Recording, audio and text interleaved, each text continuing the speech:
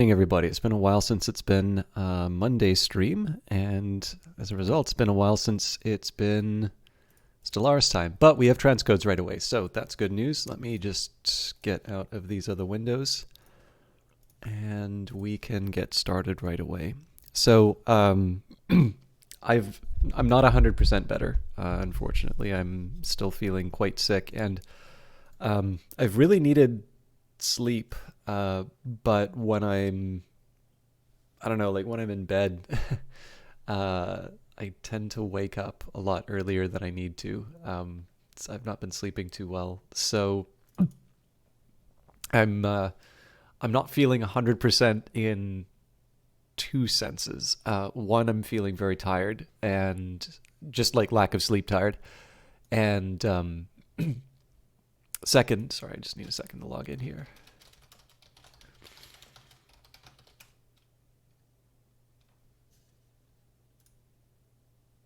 Cool.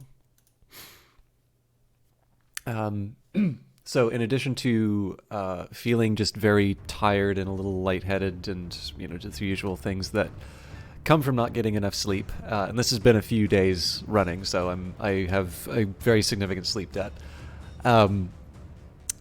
I'm dealing with the fact that I'm still sick. Everybody's been very nice and asking if it's COVID. Now, the fact of the matter is that testing kits are not easy to come by in Canada, and I haven't really tried for the simple reason that I'm on my own. So the first question I would have is, how did I get it? Because I really don't go out unless absolutely necessary.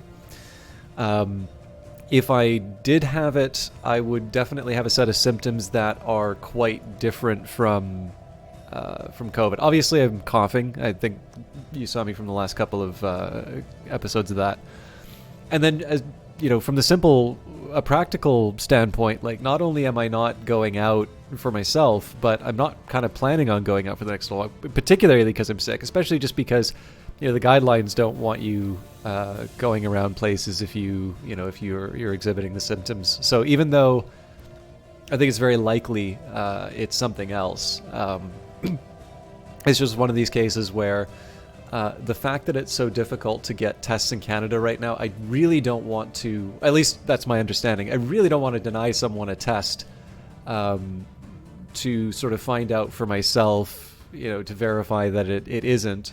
Or I suppose the alternative, I guess the one thing that would be nice is that if I did in fact have it, it would be nice to sort of report in our reporting app. So, the small group of people that I suppose I would have come into contact to for however brief to like just get groceries or something like that would have a chance of knowing. Although I guess the app only works if you've been in like a 15-minute proximity that's less than 2 minutes or something, or 2 meters. Anyways, it's complicated, right? So sort of I'm kind of getting the worst of both worlds, which is I'm acting as if I have it. I suspect I don't, and then I'm just kind of being miserable while I'm sick. But it's in practical terms for me. So first of all, thank you for everybody who has expressed concern. I'm still not feeling 100%. I was feeling better yesterday, but like not well, and I feel kind of worse today than I did yesterday. But this is probably the sleep stuff coming back in. I am going to do my best to do a full run and to sort of, get back in the swing of things. Last week was not great in terms of sort of the consistency and quality of the streams. And because I'm not feeling 100% today, I don't know if I'm going to be able to hit that ambition of like just doing a good show. But the best I can do is try. And I suppose in the worst case scenario, I just get back in the habit of doing regular broadcasts. We'll find our feet with Stellaris again, I'm sure. And, I will thank you all for your patience as I just try and get my act together. Now, if you'll excuse me for a second, I have some tea, so I'm going to enjoy a sip of that. I'm just going to try and get myself a little more comfortable. I'm wrapped up in a blanket because we're back to pretty deep negative double digits here, and we'll be ready for the game.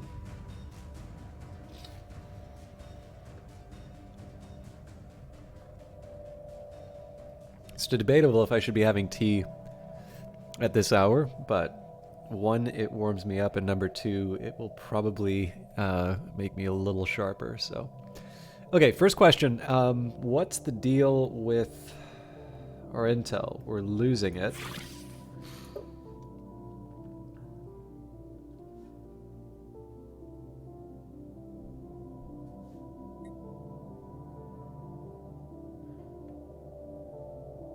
I'm not sure what to make of that number, to be honest.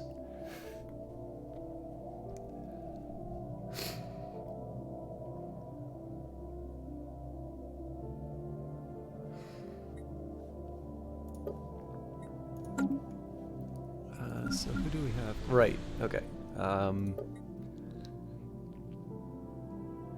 So these guys, I think we need some more... Senior Q, how you doing? Oh dear, I think you might have mentioned... Oh, did you mention... I don't recall offhand if you'd mentioned that you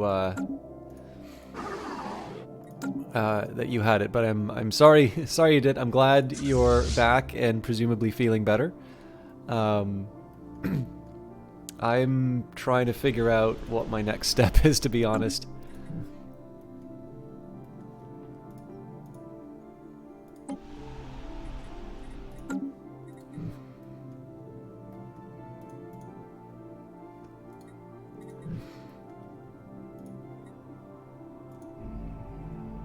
This won't really make me a lot of money, but it's good for the resources.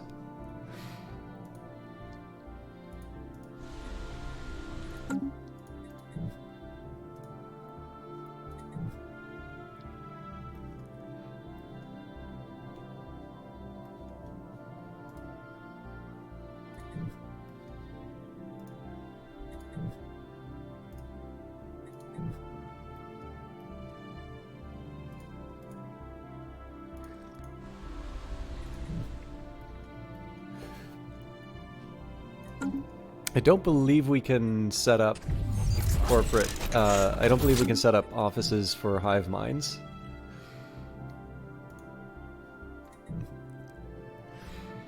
You're off college for unrelated reasons. You just got COVID in the last week and tested negative today. Oh my goodness. Wow, so it's quite a time.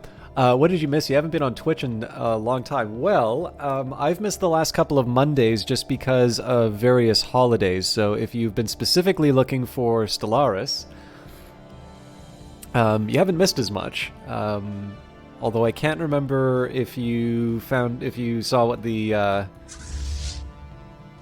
outcome to the war was.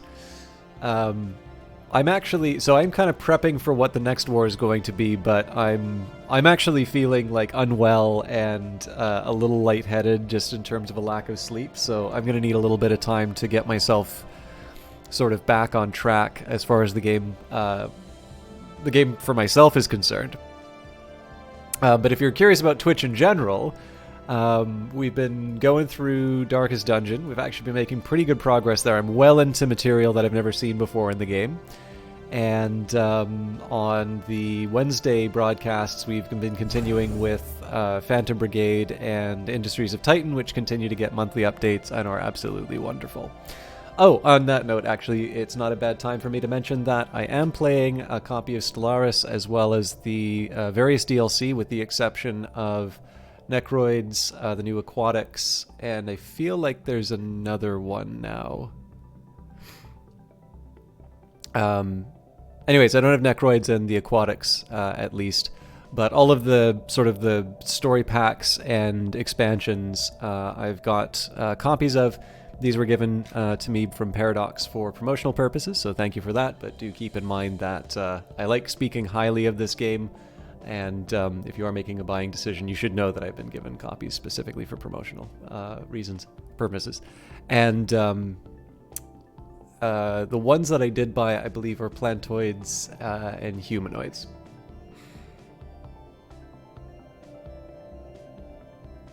Yeah, no worries, Senior Q. So I believe you were the one who had faith in the...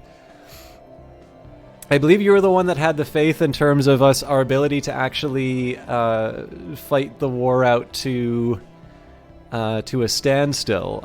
There were a couple of really dreadful mistakes that were made, but we managed to kind of do this crazy sort of Benny Hill situation where we would run all over the place.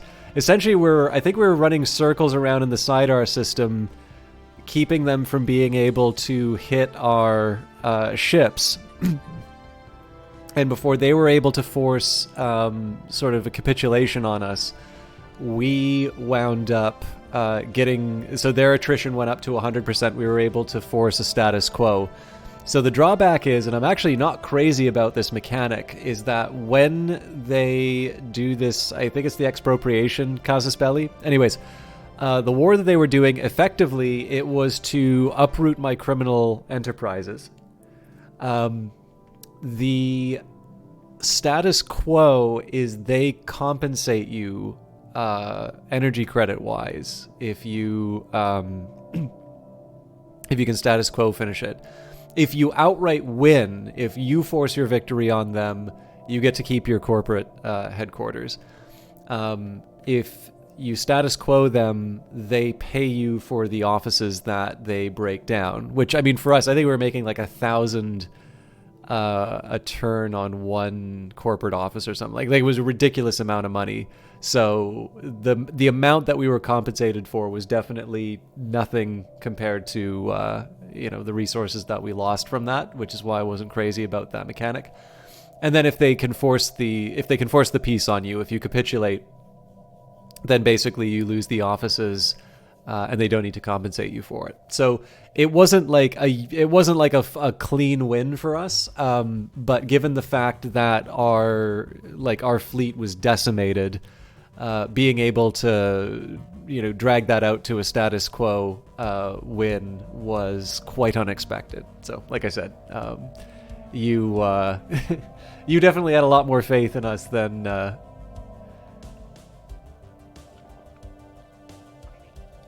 think anyone did. And you were right.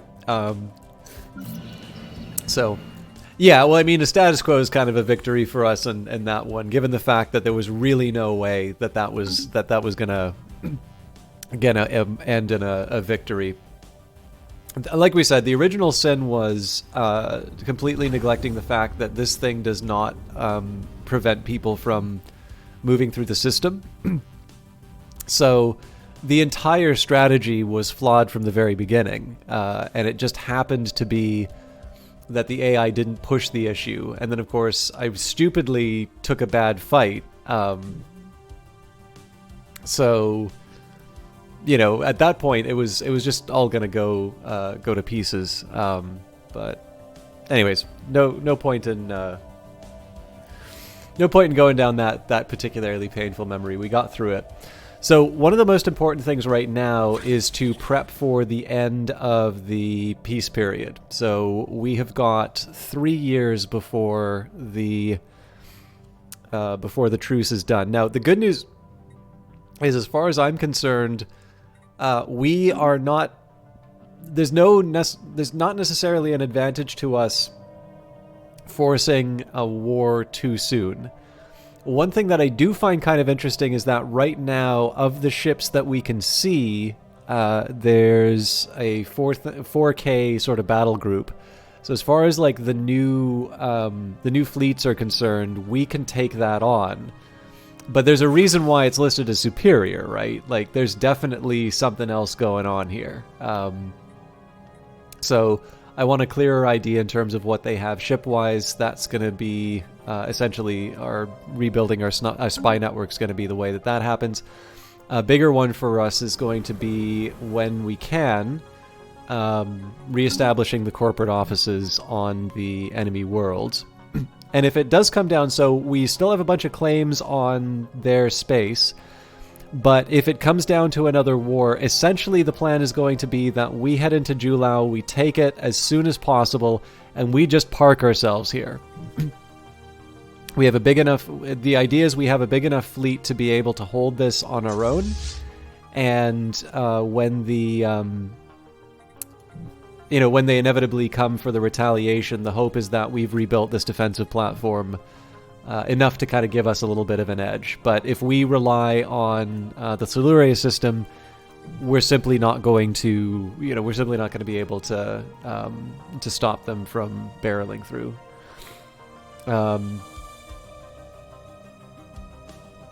So part of the job right now is to get as many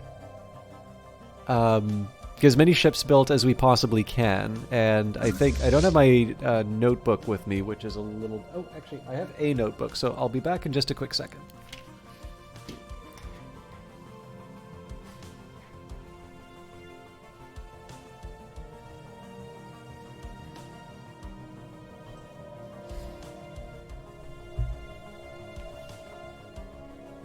Thanks. Actually, I definitely feel like my skills have regressed in Stellaris, and I'm kind of trying to get back. But the other thing I'll confess is that there's a kind of a break from streaming it for a while, and then like when I play it now, I really only play it on stream. So I think there's a little lumpiness in terms of my my experience again. So at some point I'll kind of sit down with a bit of a higher difficulty and really just kind of find my feet again. But this has been a fun one for unexpected reasons. So it looks like we go 5, 10, and 20.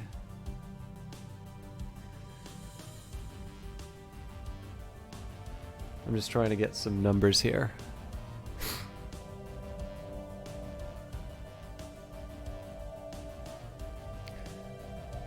Approximately 5.3k strength. Olaf, thank you very much for the host. How you doing?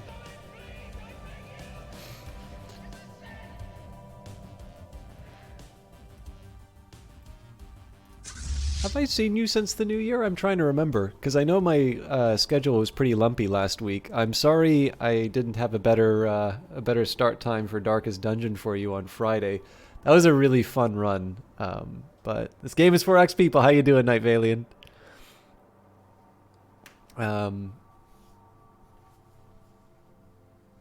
Yes, Happy New Year. I'm glad you're back. Like I definitely really love being in university. I still pick up the odd textbook and do my nerdy things. So I was feeling better yesterday. Today I'm actually feeling worse than I was yesterday. So I've had a little bit of a give back. But that's life. I don't want to complain about it too much. Excuse me. But yeah, it's nice to be back to Stellaris, and then it's nice to I don't know, it's just nice to see everyone again. So I've got some tea in front of me. I know I should be drinking coffee, Olaf, but if I drink coffee, the one thing I was talking about is complete lack of sleep. So I think if I do coffee at this point, I'm gonna get sleep in 2023.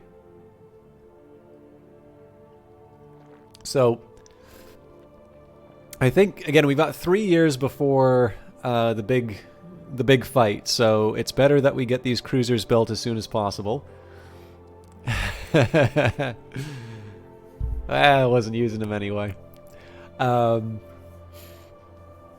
yeah, so we will tick over. So I think as far as the fleets are concerned, we've got space for 2 full fleets. That'll give me about 11k power when all is said and done, and it's within our capabilities of being able to produce fleets like that. At the very least, kind of the bulk will be in place by the end of the treaty.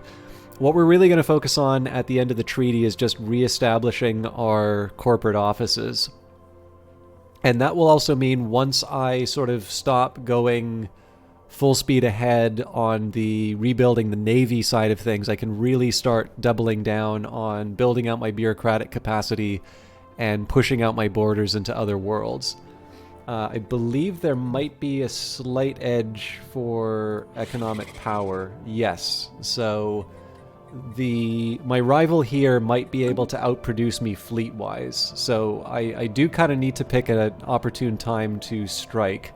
The problem is that if I don't... so, like, expanding would be a good idea. It would be good for me to, get the means of, producing bigger fleets and to produce them faster. But if I go too rapidly, I'm not going to have enough inside of my tech. I already kind of think that I'm falling behind tech-wise. So I kind of need to find that appropriate balance to make sure that all of my needs have been taken care of. But again, these are the reasons why I expand out to different planets and such. So we have the option of attacking. It would be better if we got better intel. And at the very least, I just want to make sure I have enough ships in place for 3 years when the treaty is up. And then as far as the kind of the different bases are concerned, we've more or less filled up our habitats. Now, it'd be nice if I could do other things with the habitat, or like building new habitats.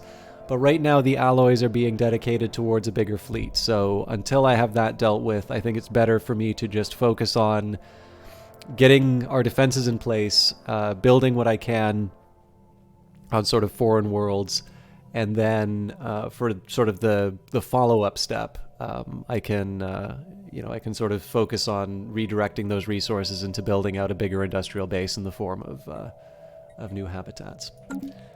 So, I don't think I have much else to do. I think we're just going to unpause, and we'll see what we can do with the cruiser. I think at the end of the month we should be able to afford it.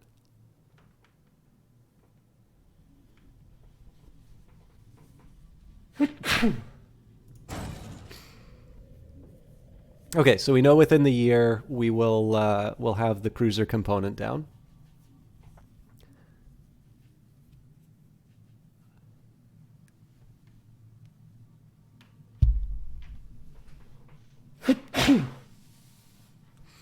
Now, one problem is that we do produce the different ships sort of in like one at a time. It's a serial rather than parallel production. I can split it up. Research complete. We did it. I can kind of split it up between the the two sets of shipyards. I gotta sneeze again.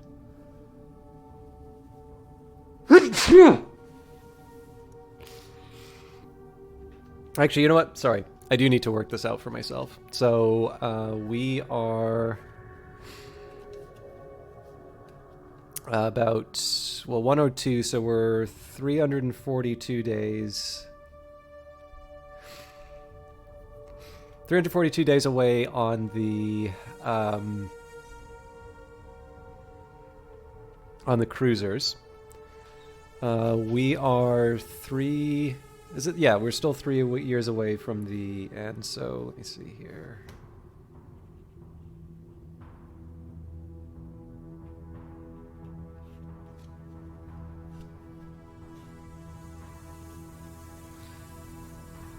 Sorry, it's kind of weird to do this all in a notebook with a pen, but my other thing's been taking it.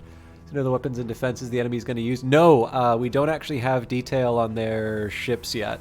And I didn't do a very good job of looking at the stats, so we can't build a fleet to counter them yet.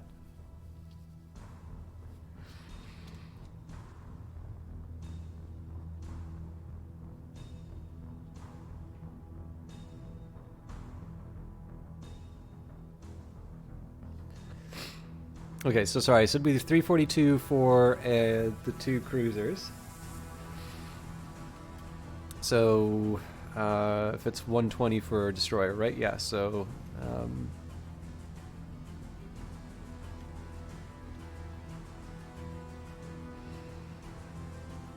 so if we build 5 of those, that's about 600 days. That's close.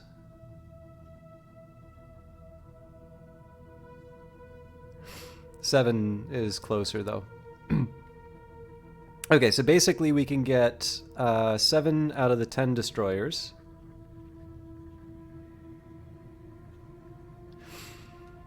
So then that's this first naval yard sort of accounted for. The remaining time is going to be split among corvettes and destroyers. So if it's 3 destroyers, that's 360. That's basically a year for producing destroyers. And then 20 corvettes, that's 48 days, so we just double the 96, add a 0, 960 days. So we're actually, our bottleneck isn't on the income anymore, it's actually the fact that it's going to take too long to make the corvettes. Which is a weird problem to have, but kind of a nice one. So I think what I'm going to do here is I'm going to make sure that we've got enough of a queue set up for this round. But what I'm going to do is I'm actually going to take the the base in the homeworld. Once it's done doing its upgrades, I'm actually going to start building some destroyers there as well, just so we can build sort of 2 collections of ships. Again, the idea here is to try and get the... So this is kind of the main fleet. I'm a little annoyed that it's called New Ship. But the idea here is that this is sort of the primary fleet. The Void Skulkers their one job is to be as ready as possible, but they're definitely going to be sort of a secondary fleet that's intended to be backing up. So if it has fewer screening ships, that is not as big of a deal as let's say this one. Although again, I would prefer to have as many ships as possible. All right. Zulkor Swarm secured. The Zulkor are swarming insect analogs, unusual both for their large size and the fact that they are lithivores, feeding off rocks and minerals in the ground. One of the shuttles belonging to the ISS Irid Sac sustained serious damage when it inadvertently passed through a large swarm of several Zulkors, and several Zulkors began to feed on its hull. The construction of special containment facilities required to hold these creatures has already begun at the Museum of Exobiology on Kirox's private stash. Yeah, I love notebooks. This one that I got, I'll be honest, it's not my favorite. I like that it's got nice thick paper that doesn't let bleed through happen for my pen ink. But it's a little too stiff. I think it's designed more as like an artist notebook. And what I was originally looking for was there are these. Let me see if I can find the brand name. So it's called an Oasis notebook by Portfolio. And I really like these ones. So they're kind of like graph paper, but it's more of like a lined notebook, and it just so happens that it's got this really nice layout. I like the paper. It folds open quite nicely. Just every little detail about this notebook is really good. They come in 3 different sizes. So I was originally looking for one of these, but the person at the store apparently didn't recognize what... they're apparently in a really prominent place if you know where to look for them, but I didn't, so I think they misunderstood what I was looking for. But anyways, I don't use those for gaming notes, but every once in a while, it's nice to have a little something to put down notes on. Okay. Specimen secured. All of the species you asked for by Museum of Exobiology have been secured. The museum has grown to a massive facility where artificial gravity generators and atmospheric processors are used to simulate the environments of over a dozen worlds. Visitors are journeying from all across the Natraxium Runrunners to see its wonders. Those are both good, yeah.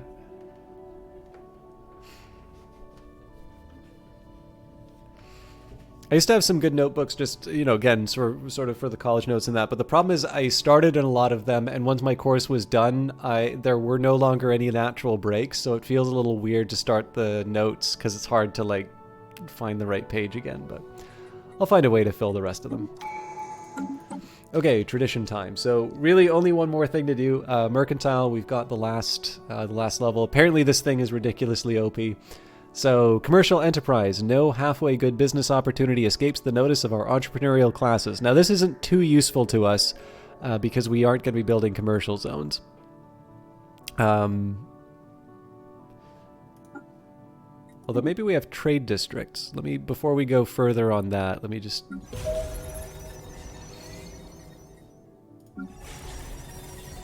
Yeah, okay, so we do have some trade districts that are being used.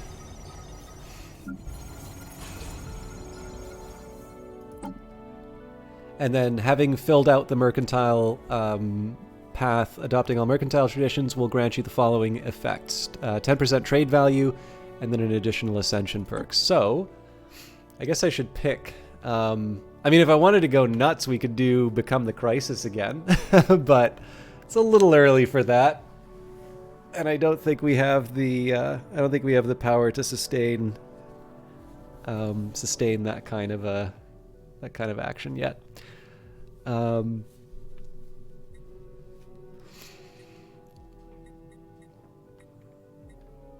Mastery of Nature is kind of tempting, given the fact that we are kind of focusing on these new Gaia worlds we're building.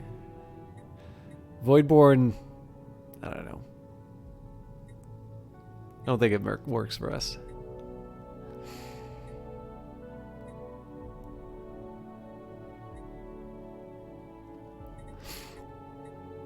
So yeah, unless I had...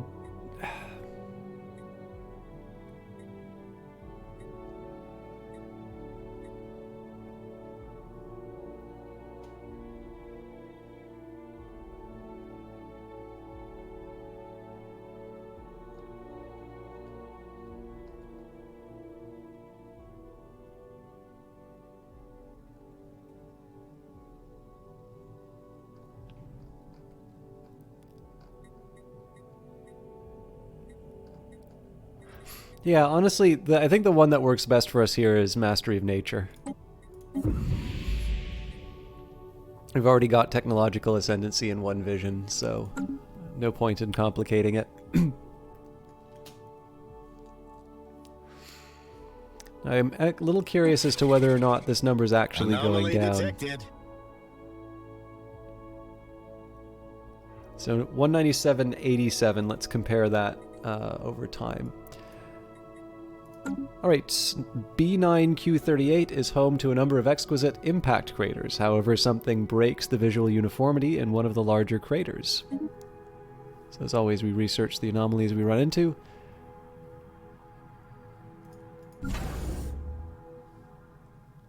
And we'll just patiently wait for the time to roll over again. I only need 10 destroyers, so 7 of which will be built here. The remaining will be built in the homeworld.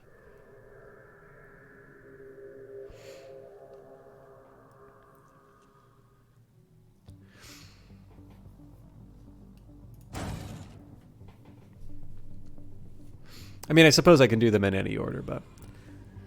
I did spend a lot of money to clear out some of the blockers, but yes, having the Mastery of Nature is also helpful for the blocker costs. But no, you definitely get blockers after terraforming them, which you can kind of... you can see the argument one way or the other. Alien drag racing. The crater on B9Q38 exhibits long irregular marks imprinted into the relatively soft upper layers of the asteroid. Science officer Toldox has recovered some interesting unexpected wreckage from the edges of the depression. Wheeled vehicles, seemingly personal transports rather than research craft. The crew of the ISS Irid Rock speculate that this crater once may have been used for sport, with some alien species pitting their personal locomotion devices against each other in feats of mechanical strength or speed in near zero G.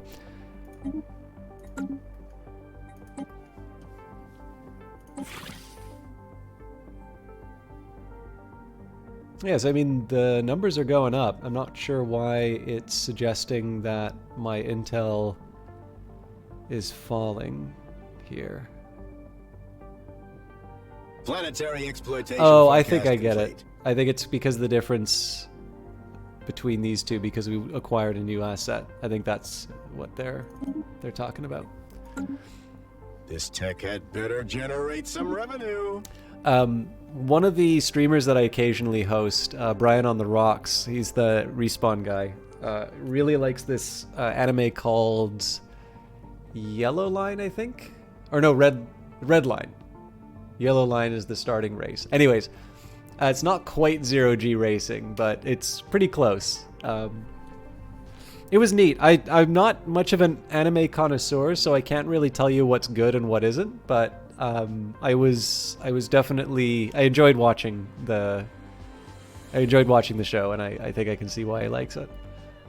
All right, by installing an auxiliary fire control system, our ships can afford to make some more advanced calculations, increasing accuracy. We may incorporate that into the ships, but again, I got to think about the amount of time it's going to take to build a full fleet versus the time that it's going to take me to,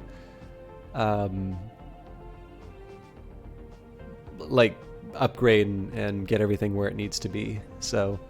But I think I am going to get the X-ray laser. I know, like, code breaking and barrier point defense are a little bit cheaper, but this is definitely something that I can kind of put to immediate use.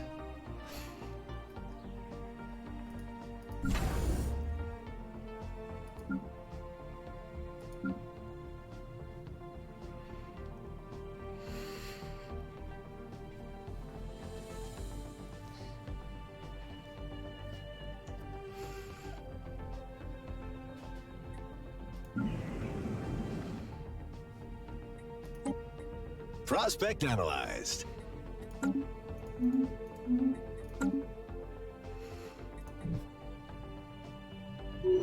I found something.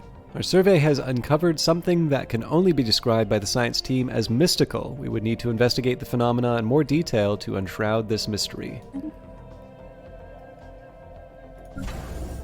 So one more to go here. We'll start building this destroyer right away because we've already got the we're already partway through on a cruiser, so.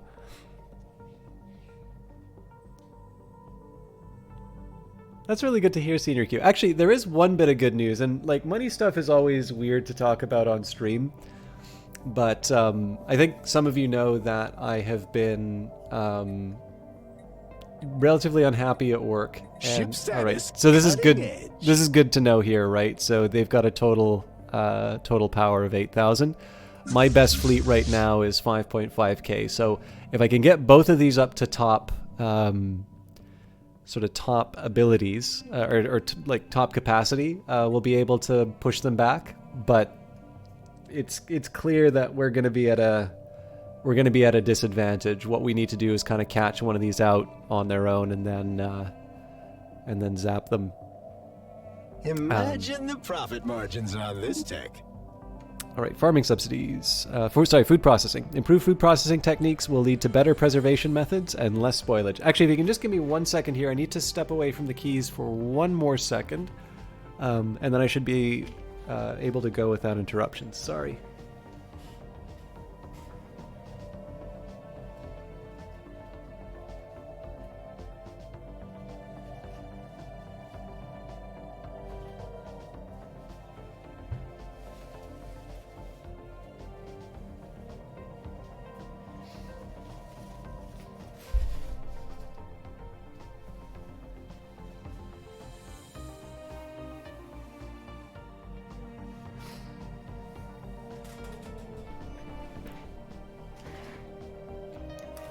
But yeah, despite being sort of unhappy with my work situation, I did turn down an alternative just because I have some sort of debts to pay off. It's the last little bit of my school amount, and I've fallen a little bit behind on this goal, but I'm still going to make my strongest effort to have it done by July. But I did get so those of you who have credit cards, particularly more than one, will probably know that the credit card companies will sometimes send you these balance transfer offers to like try and get you to carry on the balance from like another company onto theirs. So at least in Canada, the rates have been quite a bit better than what they've usually been.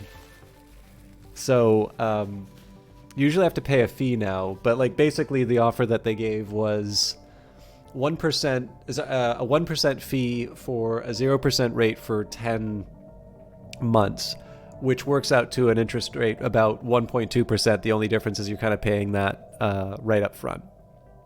So given the fact that the plan is to have the debt paid by July, which again is going to be fairly aggressive in terms of lifestyle and that, but that's why I have books and I mean, there's not a lot to do with increasing restrictions right now, so I'm hoping that my tendency to order in food when I'm on my own doesn't outdo that. But basically, the long and the short of it is that I now have an opportunity to, while I am sort of working on that final tail amount, I don't have any interest costs for that anymore. So because I'm in the home stretch, the interest costs aren't as high as they would have been anyway, but it was enough for me to sort of clear the full amount and, and just put that on that transfer offer. So effectively, all of the money that I'll be putting towards that will be paying down principal. I just kind of have what is basically one last interest payment at like a fifth of what I normally would pay, and I don't know. That feels good. I was hoping. I actually looked on that card for an offer for a while, and then needless to say, I was pretty happy to see that come in at such an opportune time. So I still kind of feel like I haven't fully paid off the school money because there was a bunch of savings that I put towards school. But there's something considerably different towards building up sort of assets for yourself as opposed to paying off something borrowed. So, and more importantly, getting the debt side of things taken care of, I will have less of a reason to not take riskier job opportunities, because as long as I can kind of keep food on the table and as long as I can, pay the rent, even if it means I'm making a bit less, like if I have more time for the things that I care about, or if I feel like I'm actually respected at a workplace or something, these are things that also factor into an overall, life. So.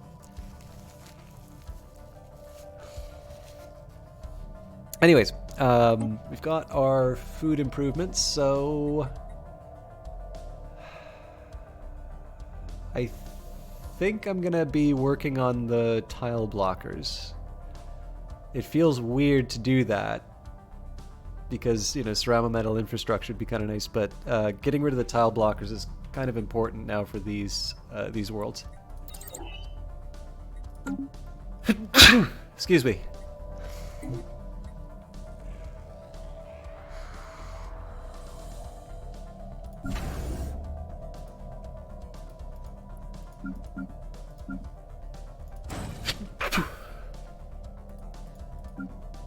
So we're 3 of 10 destroyers already.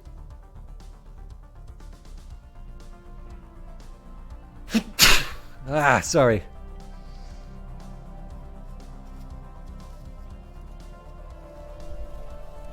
Planetary exploitation forecast complete.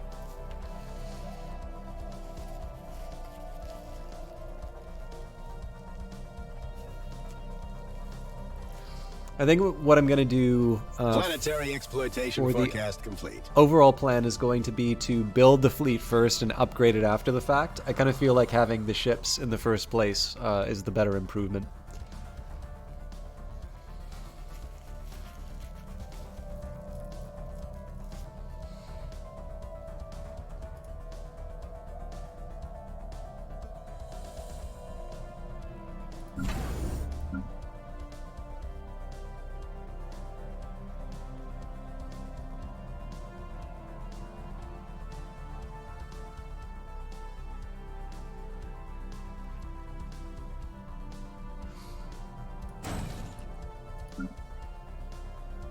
Planetary exploitation forecast complete.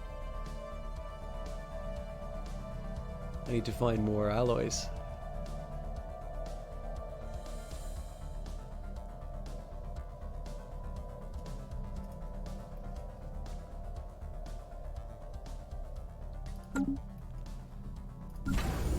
Log updated. So the trick here is I want to have these shipyards constantly producing ships, and I'm not generating enough alloys to keep the destroyers in production. All right, old gods approaching the benefactress. The ISS Irid Gra has entered the Fiantra system, and its crew report that a stellar object not unlike a shrine to the untold is indeed orbiting the star. Let us investigate.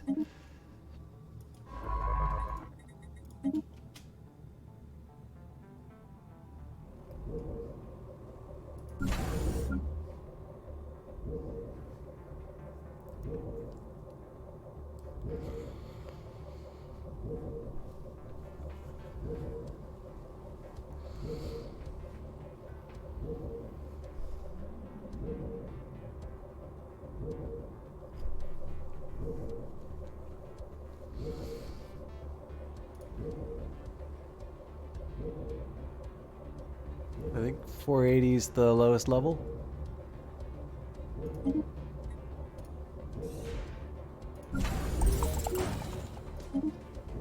And Frozen Complex is nowhere near what we can access.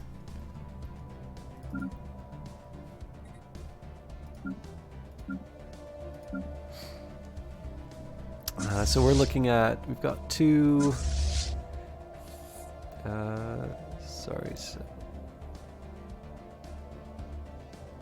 only one destroyed? Research complete. Hang on. We did it. Deciphering the pictograms of the Benefactress Shrine was a much smoother process than anticipated. All linguists involved describe the language as quickly connecting or clicking in their minds, despite its age and complexity. However, the writings are unlikely to make much sense until they are combined with other writs associated with the rest of the quadrumvirate godhead. Old Gods Revelation. The complete doctrine of the gods, for that is what the recovered texts have been regarded as, dwarfing the fairy tale scraps upon which old Raxar religions were founded, is as shockingly revelatory as it is revolutionary. With a little bit of creative interpretation, it is clear that the people of Kirox's private stash were meant for great things, guided by the strong hand of a religious leader. Our path is one to godhood, but our past is littered with prophecies unfulfilled and sin born of ignorant. Redemption is ephemeral. So we could suppress the findings. Knowledge is power, secret knowledge is secret power. 80 influence. Monetize the findings. Some of the wealthier faith corporations have caught wind of the affair and are very interested. 5,000 credits. But what can we learn from this? Regardless of the veracity or validity of the sacred text, the fact remains that we share religious concepts with some older unknown spacefaring race for a ton of social research, or we walk in the footsteps of the divine and we will become more spiritualist in exchange for more unity. So let's go for the social research.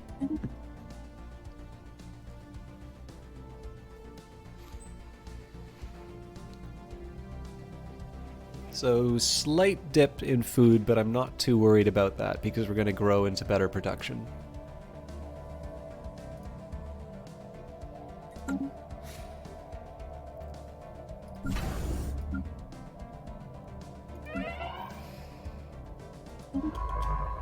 Alright, I think we had a spare scientist kicking around somewhere. Nope, apparently not. So I think this one's 11 years younger. This one gets faster experience gain, though. Huh. So let's just take a second here and see if this ship had... I don't think it had anything special that it was doing, but what I will do is just take a second. I'm going to send them on basically a cleanup job. So anything that we haven't investigated yet in sort of our immediate area. These are candidates for colonization. So it'd be nice if I could be a little more sure about sort of what's in the area. Am I even trying to get this? Oh, yep.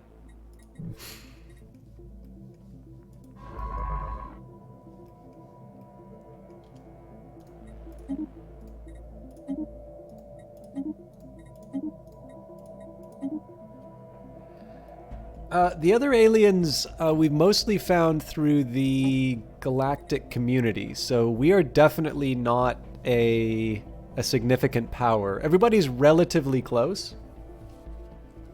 Turns out we're next door to one of the bigger entities as far as diplomatic weight is concerned. But basically, there's one clear loser, the 506 there. A pretty strong middle of the pack at around the 1K level, and then the 1.4K is kind of the boundary to the 3. They'd be like the Security Council and the UN, I suppose. So, but right now we're doing the founding the galactic Oh, that reminds me.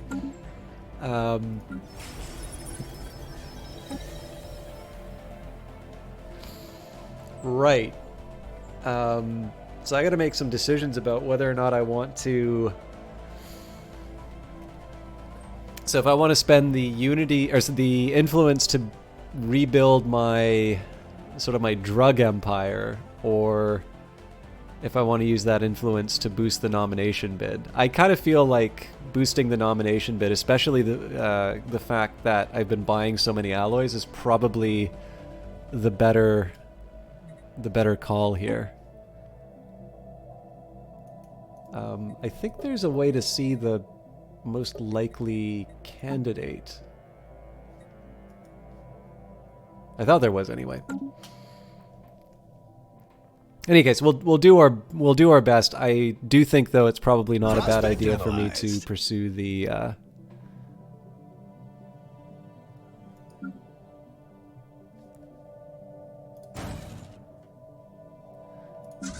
market. Okay, sorry. So we've got 2 destroyers, a third one here. Resource scan complete.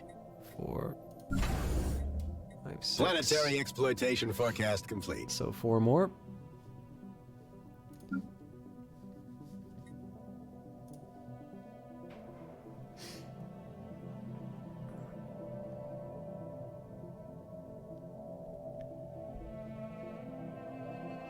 Sorry, you were asking about the other aliens, though, so let's go by... We did it. I thought we could go by power. So, the machine intelligence is clearly superior to us. The plant zealots, I believe they are... Oh, we don't know their military power. Fair enough. There's already at least one confederation in the galaxy. These are our rivals. Oh, they're now equivalent fleet power. That's interesting. So if they were sitting around... Well, that would make sense. So I guess they've leveled out at about 8k, because we're sitting at 7.8 right now. So that's good news for us, actually, because it means that when our fleet grows to full capacity, we might actually have a slight edge on them. This is the most powerful, and actually we are... I don't believe we're allied with them. Oh, actually, they're kind of mad with us. Why do they... Oh, it's our opinion of them. Okay. And that's because they broke the trade deal with us, but that's life. We kind of knew that was going to happen. Anyways, they're reasonably strong, and right now we're buying a whole lot of alloys from them. I haven't really talked with the theocratic oligarchy. I mean, I suppose if I wanted in on the Cosmic Treaty Organization, I could have converted to spiritualism, but I don't know. Doesn't feel right. And there is actually another corporation in the galaxy, so we're not quite in hostile relations yet, but we're not on the friendliest terms of either. The one thing that is a bit of a disappointment was this hive mind did start off as stronger. We are in a defensive pact with them, but they're not really bringing a whole lot to the table. We'll have to kind of see what goes on there, but needless to say, I'm not too optimistic about the prospects there. Okay, warship restored. The engineering crew... Oh, this doesn't look good. The engineering crew manning the ISS Irid Rack are pleased to report that the mysterious warship found on Erfamike 4 has been successfully extracted from the planet's hostile environment. Its corroded components have been repaired and replaced where needed, including its discharged power core. As the hulking warship was powered back on and regained operative status, it swiftly became evident that the machine possesses a notable degree of artificial intelligence. We can communicate with it. On screen. Booting systems, activating bio-interactive interfaces. Warning, diagnostics have not been run for 1,761,125 days. Would you like to run them now? Run diagnostics. Please wait. Diagnostics complete. Designation, Voidborn Warform S8751. Plasma Thrower, online. Matter Disintegration Cannon, online. Kinetic Disruptor, online. Targeting Matrices, online. Compliance Module, online. Bio-Interactivity Module, suboptimal. Hardware status, memory drives A7 through C18 have failed. Where are your makers? Searching. Unknown. Why were you on that planet? Memory drive A7 has failed. Unable to answer query. Who made you? Makers. Yes, your makers. Who were they? Makers. Never mind, it must be stuck in a loop. Are you makers? Not yours. We found you alone on a planet. Our construction ship is Doom! under attack. Hardware management systems have identified several foreign devices. Please confirm origin. If you're asking about new parts, yes, we repaired you. New entities performed restorative operations, provided hardware replacements. Ergo, new entities are makers? If you want to look at it that way.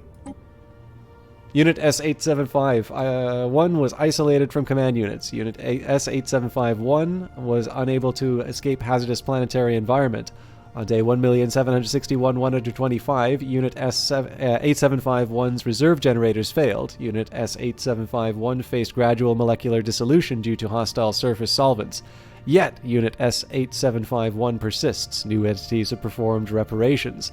Unit S8751 will serve new entities. Welcome to the Nectraxians Rum Runners, S8751. Alright. We live!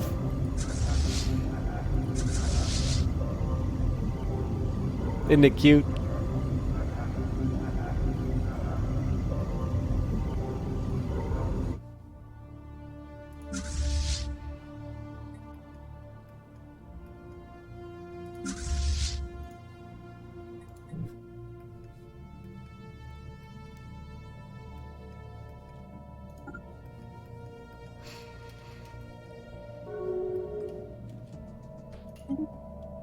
Senate is in session for regulatory facilitation. Habitability goes down, diplomatic weight goes up from economy, and worker pop. Yeah, so I'm happy with that.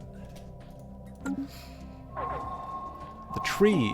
Among the asteroids around XR 7906 is a tree is drifting through the emptiness of space. An unprecedented and highly unlikely event. The tree is surrounded in a protective bubble reminiscent of an energy shield. Suddenly, we detect some hostile space dwellers on approach. This coincided with some sap leaking through the tree's shield while we collected samples. Could it have agitated the creatures? We need to figure out what's going on. I'm pretty sure this is a reference, by the way, to the old Darren Aronofsky movie, The Fountain, which I quite liked. It's definitely more on the arty side of sci-fi, so if you don't care for that, you're not going to have a good time with the movie. But some of the special effects photography that they did for space, they got a kind of a guy who's a bit of a specialist in microscopic photography, and he basically shot a bunch of fluids. So you kind of have these forces that are a little bit like what's going on inside of space, sort of driving it. I don't know. It's the contention was that this is something that would age better than purely digital effects, and I think probably it's been a very long time since I've seen the movie, but I think there's probably some sense behind it. I definitely saw a few shots, and they were definitely very impressive. So. Log updated. So presumably, well, you know what? See if we can get away with it.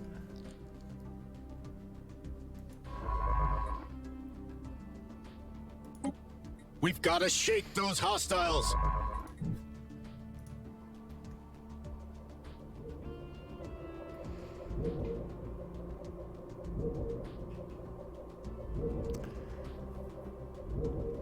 Yeah, so it's very hard to say that the Fountain is about space, but it does actually have a part that takes place in space, if that makes sense.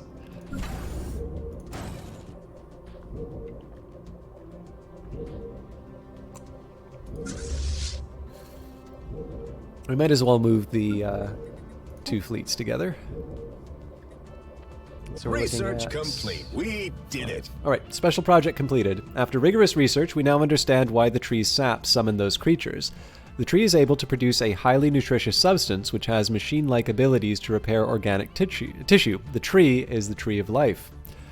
If we harvested it, we could use it to expand the lifespan of our people, but there is one problem. The tree's healing power is limited in amount. We could use it to improve a small group of people's life substantially, or increase everyone's situation by a small amount.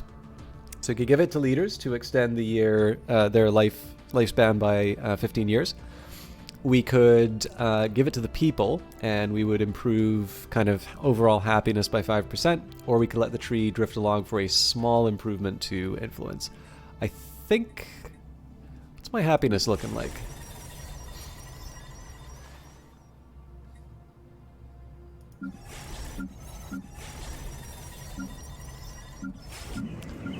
Boosts to happiness do help out in terms of overall productivity.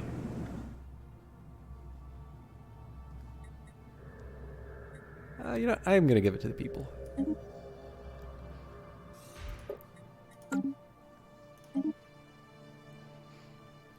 Our science ship is under attack. Oh.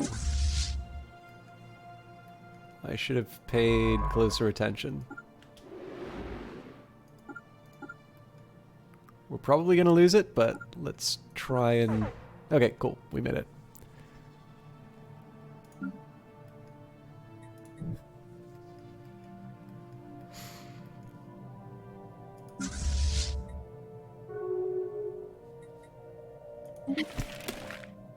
The Mirovandia Imperial Sons are okay with me moving through their borders again. We no longer see any reason to keep you locked out of our territory. Our borders are open to you again. Sorry, I know the commentary leaves something to be desired, but I'm still... Resource scan complete. Still trying to live with my afflictions.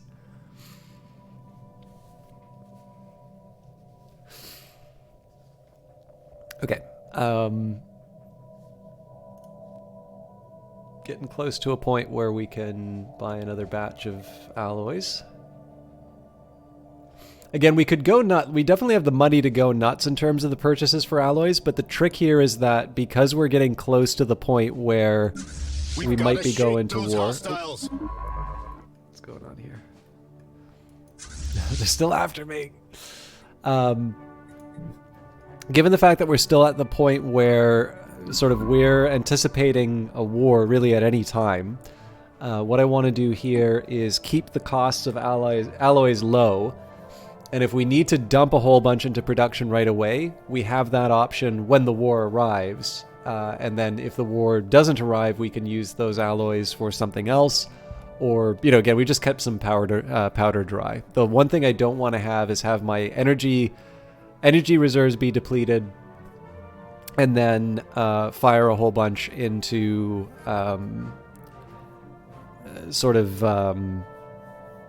you know, high cost alloy. Basically, I don't want to make alloys very expensive at the time that I don't have the money to buy it. So that's kind of the plan there.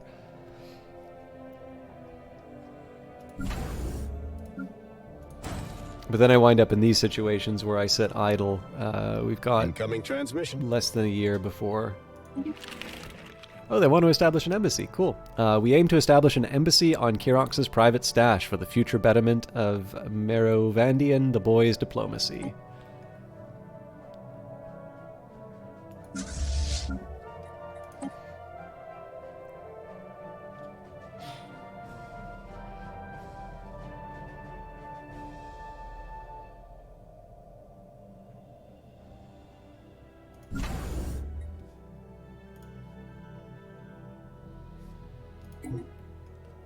So just 2 more destroyers, and then we can start working on the corvettes.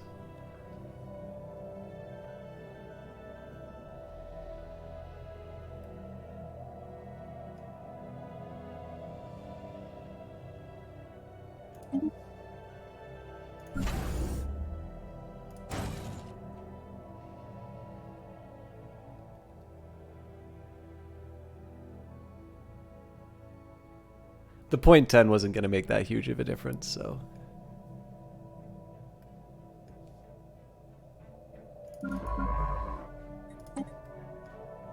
And I'm kind of at the point now where I'm just getting all the science ships to do automatic exploration unless I can, like, really find something to grab my attention.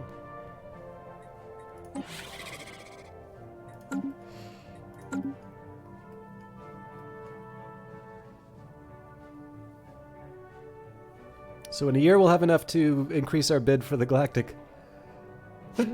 Excuse me. To increase our bid for the galactic market. Tactical disruption of natural habitats combined with converging search and destroy patterns can effectively eliminate hostile wildlife in a very short span of time. I'm tempted to build up the naval capacity, but let's go for some lower cost techs.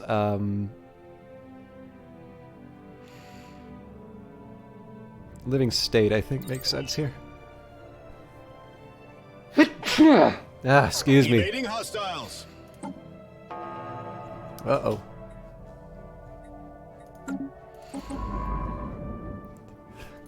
We finally got caught.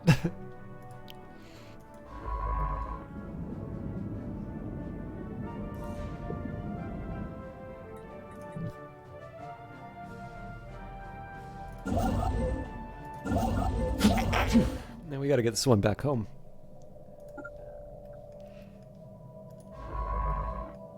Oh, actually, I've got an idea about what to do with at least one of these science ships that are currently running out.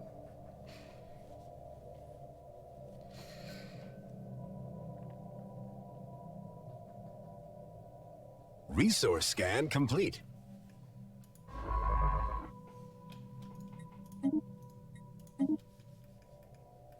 Oh. So I'm really far behind on production now, so let me just see where we're at. 8, 9... Okay, so we built 10.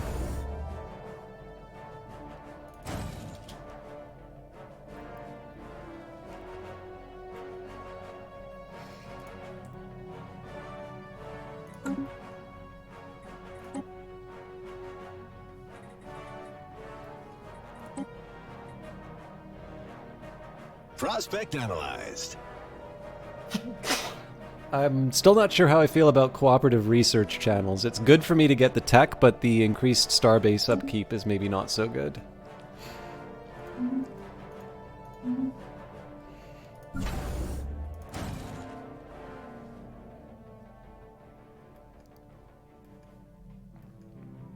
Oh, and we can put in another bid.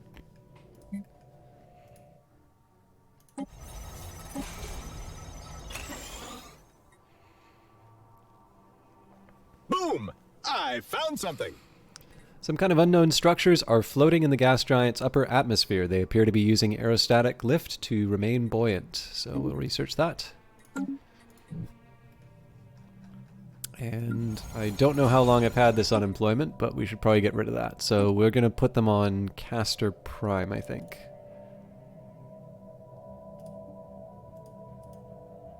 Oh, but we don't have the influence for it.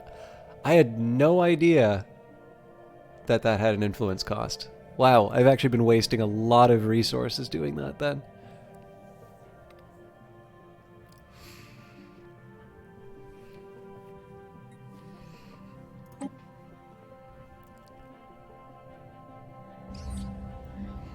Social experiment. A small aerostat colony was found floating just above the atmosphere on Ajandis 6. It appears to have been self-sufficient, and remains from several different species were found on board. As best as we can tell, the colony was some kind of social experiment conducted centuries ago that ultimately ended with the colonists massacring each other. We've downloaded all of the data found in the colony's limited databanks.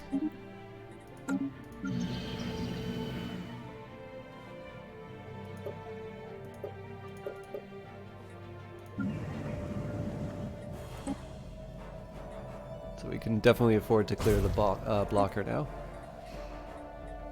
So unfortunately, the embiggening doesn't quite work. We need the extra influence, which is clearly going to go towards our bid for the galactic market. Oop.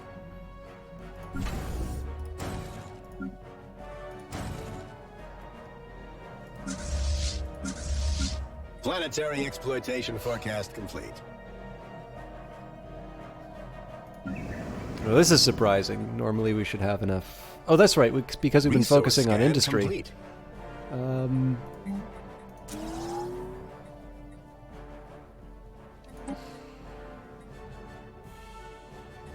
This tech had better generate some revenue. Gotta figure out what I want to do with the rest of these. Bureaucratic center kind of makes sense, I guess, but probably a generator if we've got this many generator districts.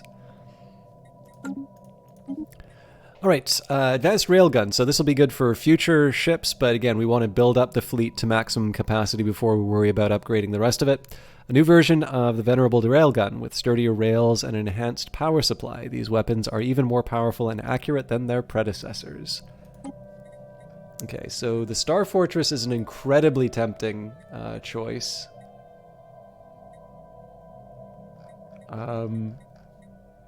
87 months though. So I am going to go for the super solid materials just because it's so inexpensive, and it'll give me sort of a boost to all these other techs. These are all things that the enemy ships had, so. And if you don't mind, I'm really sorry to do this because I know I've taken a few breaks and I've really just been like reading out the windows for the last little while. But I've also been sneezing a lot, so if you can give me a second, I need a second to just kind of get up and stretch, and I'm going to refill a couple of my glasses here anyway.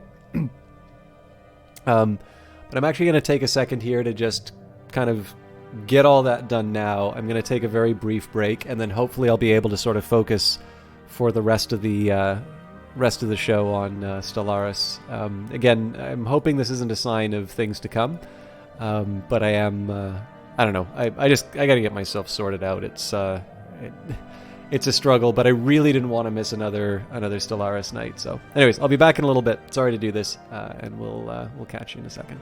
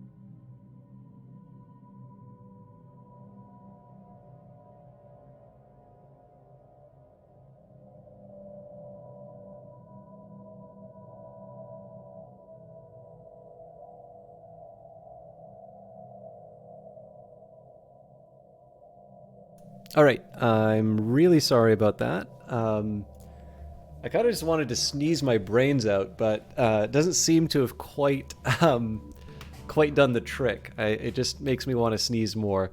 But I did get a refill on some tea, and more importantly, I've got my tablet here, which I don't know. Like, I still like writing in a physical notebook, but when I'm doing sort of these little sketches that I'm gonna get rid of more or less right away, I do find it kind of helpful to have something digital, which is easy to wipe out. So I'm looking at 18 more Corvettes. We are currently earning 81 a turn.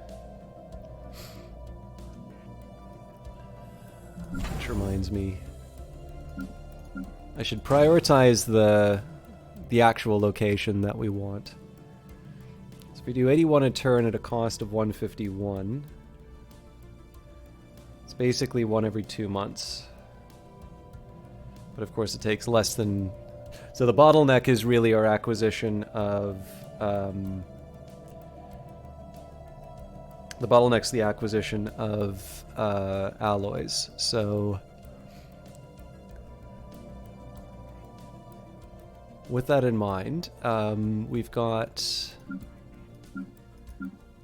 3 under construction. Okay. So this is an IOU 15. So we'll be ready in a year. Basically, we're a year late to a war, but that was built on the assumption that the enemy would be... That's kind of on the assumption that the enemy was going to...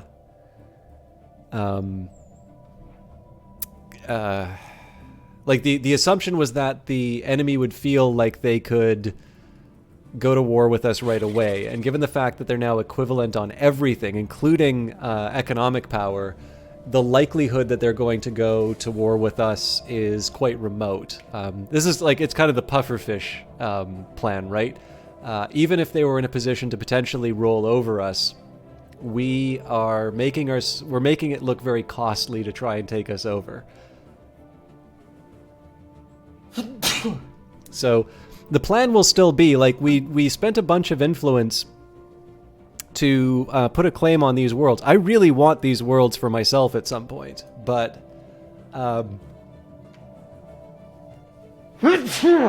Jesus. I'm okay playing the long game on that, because I'm at a point here where I can still, like,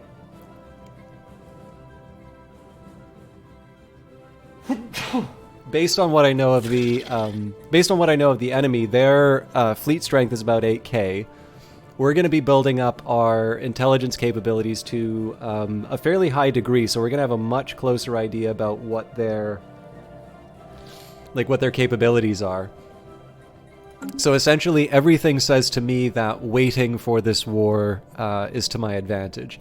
If I get the impression that they're going to be able to outproduce me or outfight me, then I want to bring the war, I want to start the war sooner. But right now I'm in a situation where it's actually better for me to wait them out.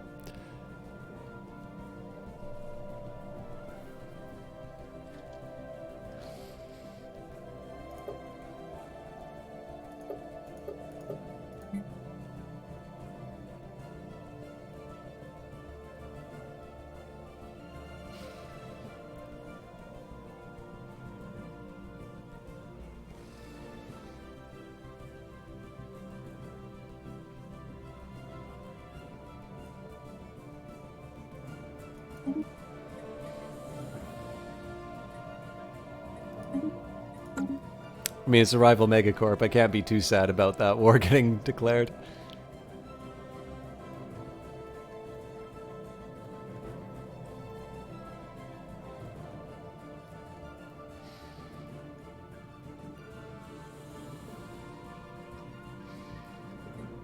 Although, again, I'm behind on Corvette production. I really need to keep on top of that. And this time we can afford to just wait the full duration on the corvettes. This was the master's teaching, so unless I want to spend the influence, we're not doing that. My influence priorities right now, one, to acquire enough to get another, kind of another claim on the galactic market. If I'm honest, the likelihood of me actually getting, well, I don't know about getting the galactic market, but the likelihood of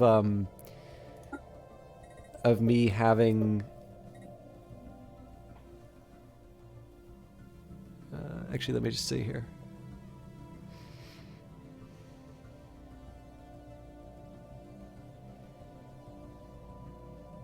Okay, the establishment of International Commercial Forum is nigh, and whoever controls the centralized exchange station stands to benefit.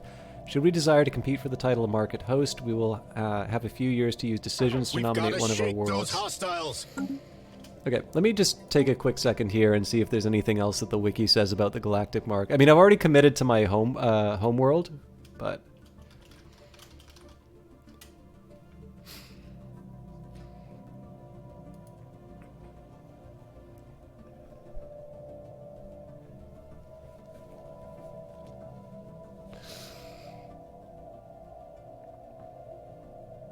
the galactic market is created by passing the Form the Galactic Market Galactic Priorities Resolution. Once the resolution is passed, the galactic market nomination event will begin. For 5 years, eligible members may boost their chances by nominating one of their planets and by boosting their nomination bid. The host for the galactic market is chosen by two kinds of random rolls. The first happens whenever the galactic market hub nomination decision is passed on a planet. At that moment, a rating ranging from weak to strong is assigned randomly to the planet according to the weightings listed below under rating weight. Thus, improving the trade value of a planet later on will not retroactively improve the rating of the planet. Instead, this rating can be improved to the next best rating by passing the boost nomination bid decision up to 2 times. Each country can only nominate a single planet. I'm assuming when they say country, they mean civilization or species.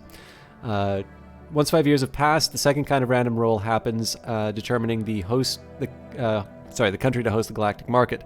In this roll, each country is weighted according to the winning weight listed below, corresponding to the rating of the nominated planet. If they did not nominate a planet, their winning weight will be 0.5. If the winning empire did not nominate a planet, then one of their planets will be randomly chosen as the host of the galactic market. If they did not nominate a planet, then one of their planets will be chosen randomly, where the nominated planet has a weight of 9999. And all other unnominated planets have a weight of 1. Okay.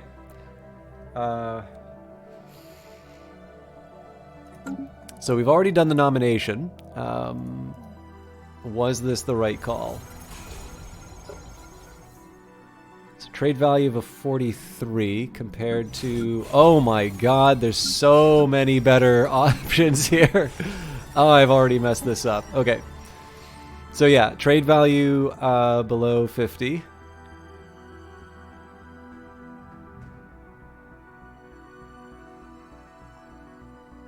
Yikes.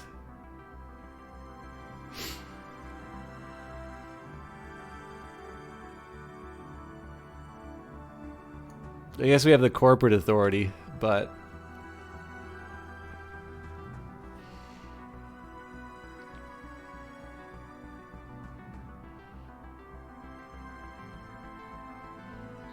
Yeah, I should have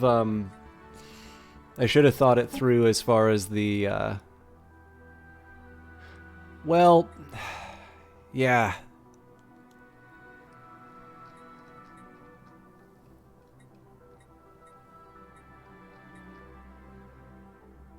So we could revoke the nomination, but that's 300 influence down the toilet.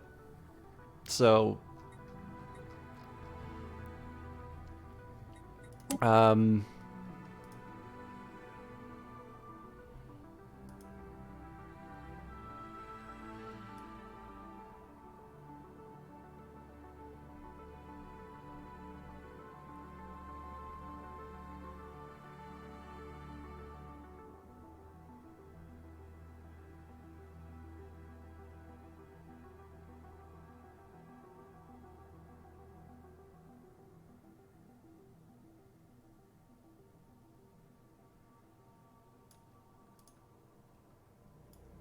So I just need to read this again. So, okay, the first happens when the nomination is passed. A rating ranging from weak to strong is randomly assigned according to the weightings listed below under rating weight. So 9, 6, 1.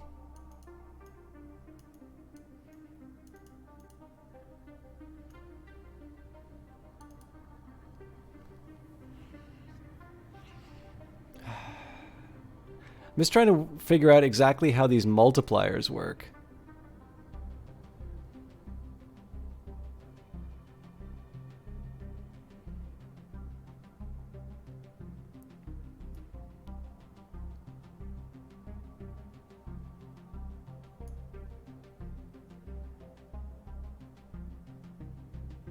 Okay, no, I think I get it. Oh, okay, no, hang on. So,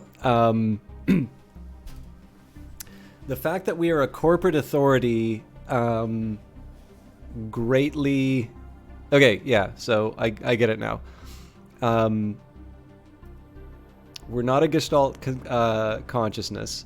We are a corporate authority, which seems to be the biggest bonus towards a strong nomination on its own.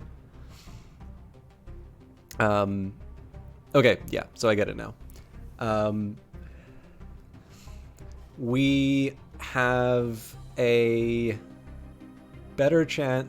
Yeah, okay. So I think if I derive this whole table on its own, so we start off with a base rate of, so weak, the base weight is 9. Now, because we are a trade value below 50, it's 18. But then because it's a corporate authority, we divide that by 3, so its actual rating weight is 6. So that's for the weak. The adequate is just a flat 6. So if I'm reading this correctly, basically it's an equal... well, okay. The weighting for weak and adequate is the same. And then strong on its own has a weight of 1. 0.5 because it's a trade value below 50. But because it's a corporate authority, or we have a corporate authority, it's multiplied by 9. So in this case, it's 4.5. So it's a strong is still the least likely to apply, but it's not as bad as it's not as bad as it seemed. Now, if we were to uproot, so like, chances are we're going from adequate to strong. There's a very small chance we'd be going from strong to... we've already done one upgrade.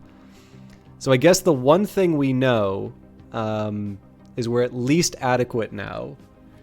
There's a reasonable chance that we're strong, and there's a slight chance that we're already exceptional. There is a slight chance that we're now merely adequate and are moving on our way to strong. So if I uproot our option... Sorry, I just want to take one more second to work this out. So what would my... if we're looking for trade value, my best candidate would be Dolok Habitat.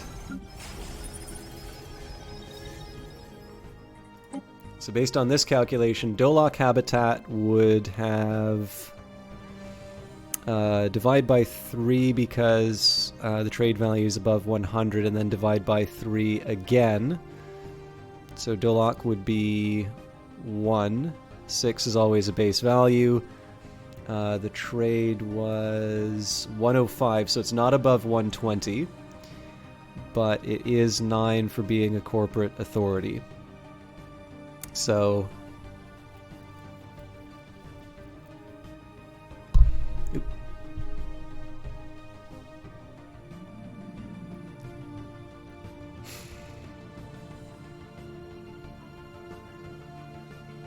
So overall, there's a fairly strong argument for saying that we should reject, like we should throw away the nomination for the capital world and instead go for Dolok Habitat.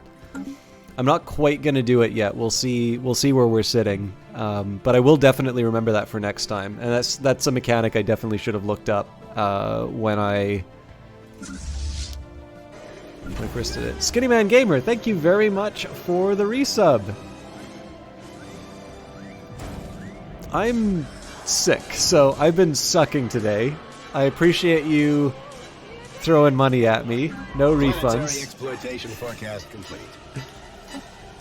How are you doing, though? Governor Prakit Magoon has become more experienced, but with the experience has become an increasing stubbornness. The governor has become quite obdurate and is having difficulty accepting new ideas. Happy New Year, by the way. I don't think I've said that to you yet.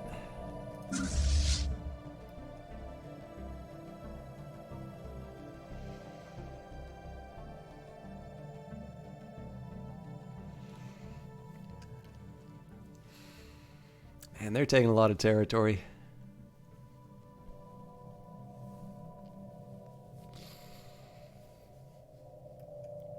I guess I can assign...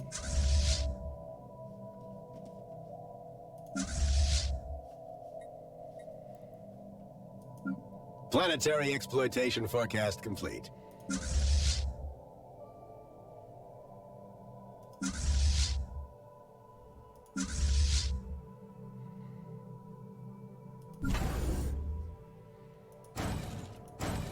Okay, so we're half strength for corvettes. I don't think so. I kind of covered this at the start of the broadcast, but basically, if I have COVID, the symptoms are very unusual for COVID. Like they're not. I took a look at the Government of Canada site, and it kind of includes everything. Like I did not know that apparently diarrhea is considered a symptom of COVID, and like a rare one, but apparently it is still listed as a symptom. Needless to say, I was surprised. Now, I don't have that, so not that any of you needed to know, but one way or the other, I suppose. Like,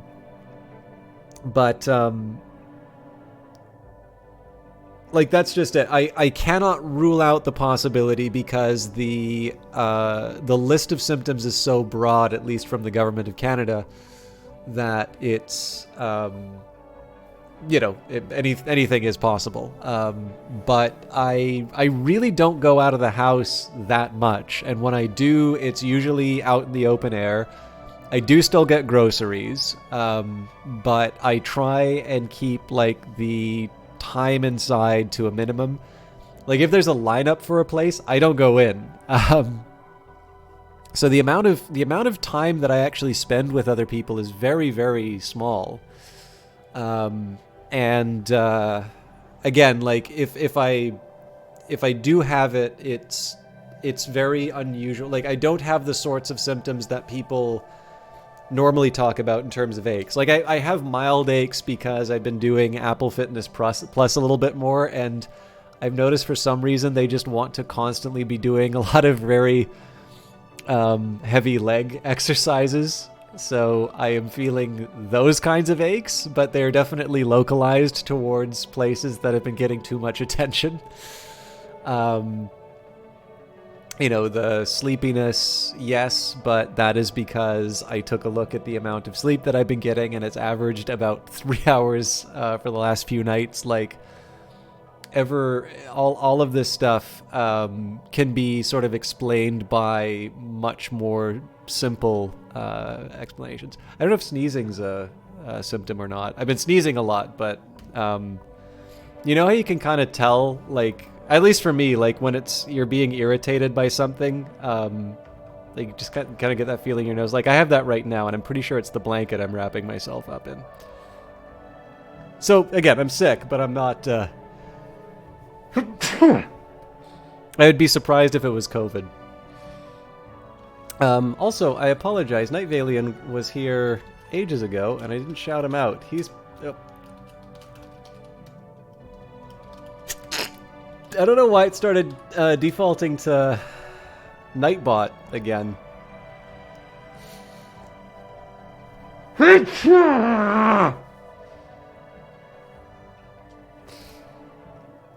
Night Valen is a Brazilian streamer who's been playing some Chrono Trigger clone called Final Fantasy VI. And despite the fact that he's got an absolutely terrible taste in games and movies, he's actually a pretty nice guy. So I would recommend checking out his channel, particularly because he's in good health, so actually it's fun to watch. Good lord. The mineral composition of Carathor 3 does not match projections. I say this because he dislikes an excellent game by Terry Kavanagh called Dicey Dungeons, and then he actually had the gall to say that The Godfather wasn't a good movie on his channel. But we forgive him for... We forgive him for having wrong opinions as far as taste are concerned.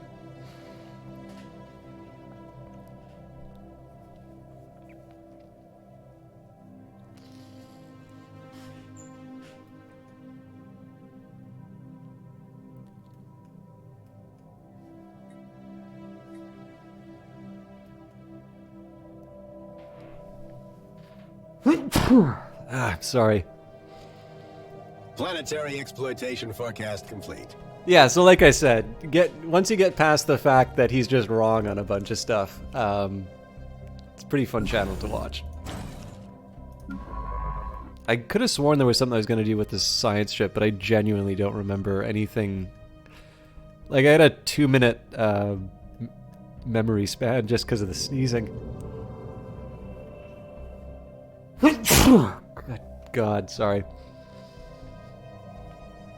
I think, if it's okay with you, I'm going to put a hard cap at like 10 o'clock for wrapping up the stream. So that means I've got about 45 minutes. It may mean that this broadcast is not a lot that's happening, but I also don't think I'm serving anyone by just stopping and sneezing for extended periods of time on this stream. So I'm going to try and make the most of this next little while.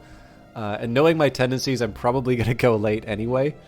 But just a heads up, I don't know. I feel it's probably not a bad idea for me to just try and get a proper sleep, and then when the time comes, work on, next week we'll probably have a little more action-packed Stellaris run.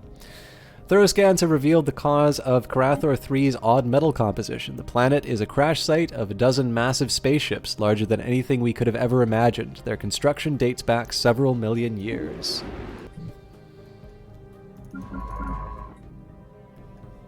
Alright, I'll set this one up for automation. We will set up the evasive stance. I should probably make sure that's true for planetary exploitation forecast complete.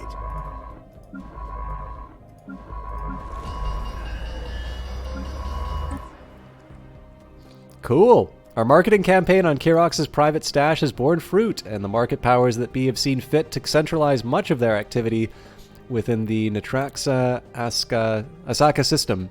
The Galactic Market Station is established in Natraxia Asaka, and the founding of the Galactic Market event chain, Market Nexus modifier added, giving the following effects: market fee minus 10%. So, this is the second time that I've doubted myself, and Senior Q 2020 is coming out looking a lot more accurate at my stuff than I am. So let the record show that Senior Q said I could get lucky on the Galactic Market, and I did. Senior Q was also the one to say that I would get the Status Quo.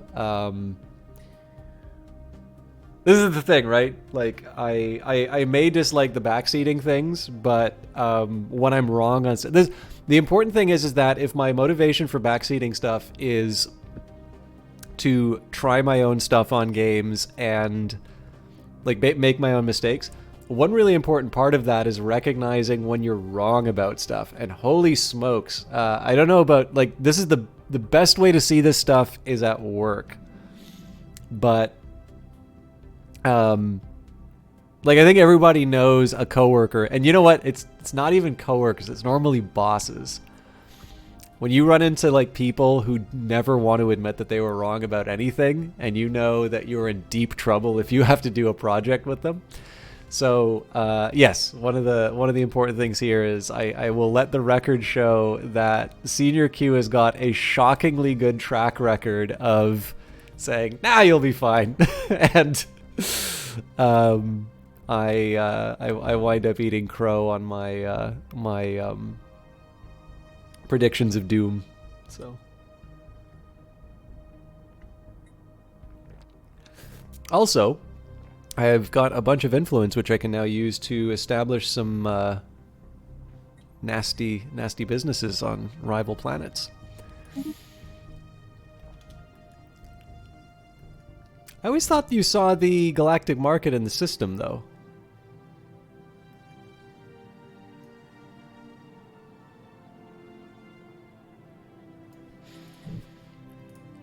Anyways, that's a nice boon, seeing as we can now buy a whole bunch of alloys for basically a song.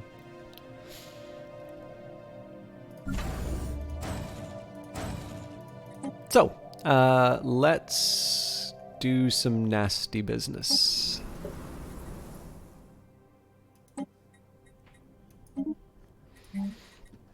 So what I'm going to do here, I'm kind of making up for some of the some of the losses that we had from last time. So one thing we do want to do is get more consumer good. Or, well, do we?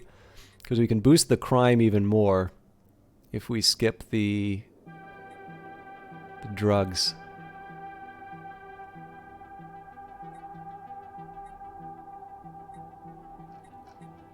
So the highest crime actually comes from the smuggler's port.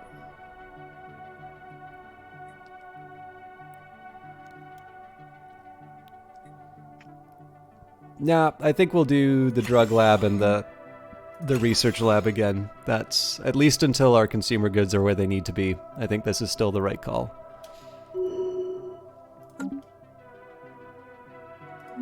And of course, the good news is if they try the expropriation casus belli again, we've got the kind of fleet with which one can practice gunboat diplomacy. Complete.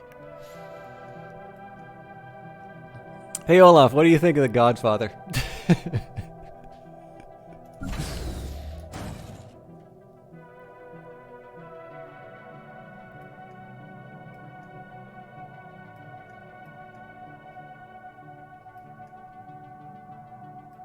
Oh, did I mistake?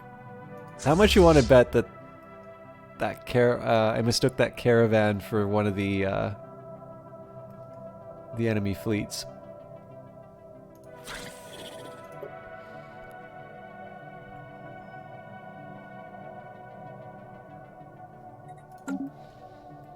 So like I said, we still have an incentive to kind of keep our cool and slowly build up our military capabilities. Not only do we have, our second fleet to fill out, but we have, you come to me on this day to ask me what I think of The Godfather.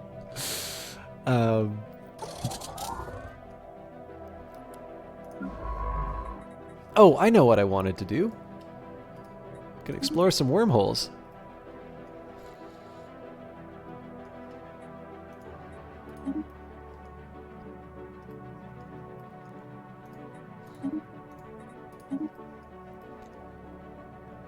This will give us a really good idea on what our expansion possibilities are. I think Goodfellas is better. Oh man, So as much as I like to like razz like Night Valiant and Uncle Cranky for also Despair Embodied for like their taste and stuff, I think most of you kind of know me well enough to know that Wow, we really hit this tech out of the ballpark. I think a lot of like taste stuff is definitely one of these ones where you like it's just one of these ones where you normally just have to pass over in silence, right? Like you can't ask someone their opinion on something and then attack them for having it. That's dumb. You know, there are definitely, like, there are a few, I notice gamers really do like having incredibly strong opinions. So, like, when people say, you know, Grand Theft Auto 5 is a bad game, it's like, or like Civilization's a bad game. It's like, I totally get that those games are not for everyone, but like Civilization and Grand Theft Auto are like fantastic examples of like the peak of development from large publishers. Like, these are obviously very successful games that have found an audience, probably have found an audience outside of the normal audience for their particular kind of genre. And that doesn't mean that everybody's going to enjoy them. In fact, usually if it's sort of mainstream, there's going to be a group of people who don't care very much for it. But it's really hard for me to turn around and say, like, those are quote-unquote bad games, right? And I mean, obviously I love Civ, so that's a non-starter. But I also like Grand Theft Auto, even though I haven't played a lot of it. But yeah, I mean, if somebody says, you know, I didn't really care for X, you know, there's definitely some games. I generally like most of the games that I play, but there are definitely some very popular games that I've played and I like do not like at all. And I tend to, you know, it's just one of these things where the last thing I want to do is like have someone say, oh yeah, I really like X game. Like, that game sucks. That happens a lot online. So with that caveat, I will say Goodfellas is actually one of the movies I've never quite been able to make a lot of sense out of in terms of like its popularity. If at the risk of being uncharitable, I would actually say it's a bit overrated. But that could as much be me missing out on I could be missing the point. And obviously if like this, I'm the only one I know who actually didn't care so much for it. So I suspect probably I just didn't get it. And if more people are happy from the story, you know, probably the better. I think I've also kind of said on stream a couple of times that I'm not as big of a Martin Scorsese fan as other people seem to be. These lasers have a shorter wavelength than the UV-based laser weaponry, but are even more destructive.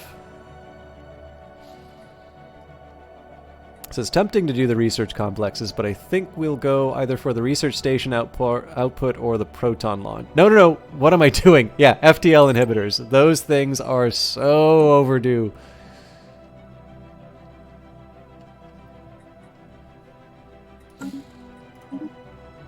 All right, the living state. The Empire lives, the Empire breathes. We may make up its body, but it is not for the left hand to know what the right hand is doing.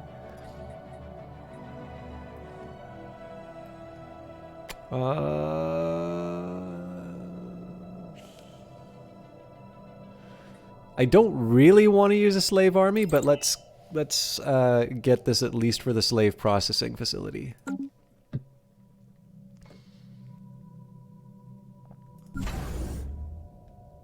Oh. That's inconvenient. So I gotta get my hands on some motes and some crystals. Let's see if the...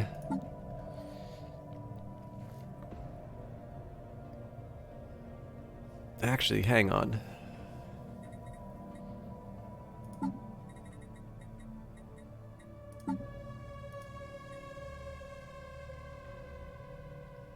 Yeah, it's my improved weaponry.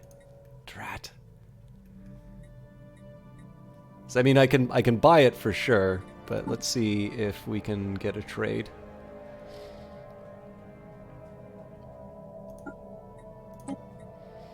You've reached Zeracorp. How may we help you? Exotic gases? Get out of here. All right. Let's make some friends. So the Nar consciousness is probably my best bet for cool things. Do you any moats? Nope.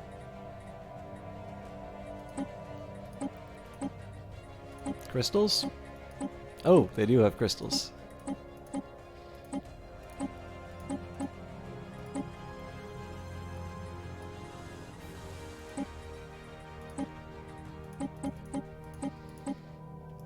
So we got plenty of money, so let's just see how many... Let's just keep putting credits on the table until they say stop.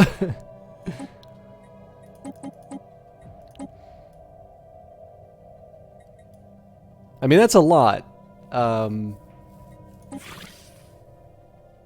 That mine, how you doing? But yeah, this will get me a stockpile while we get access to these resources on our own. We do have, in theory, we can get volatile motes, but we need the tech for it. I didn't realize that we were at the kind of the limits of our own tech. So let's see if we can find anybody with motes who will actually trade with us.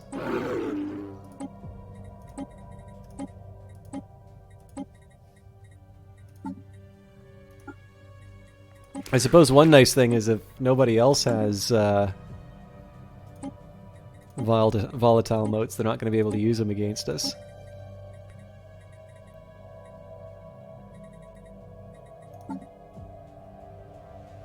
And then I don't really see a situation where people who hate us are going to be willing to trade with us, but...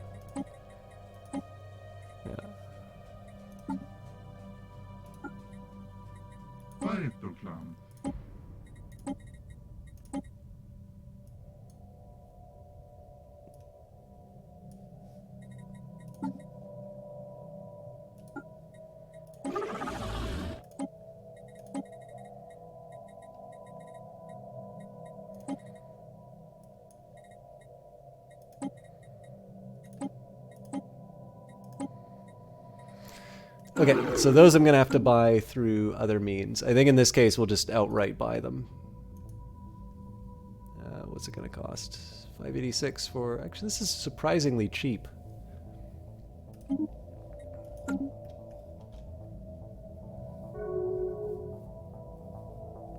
Alright, the elemented concern... Alright, right.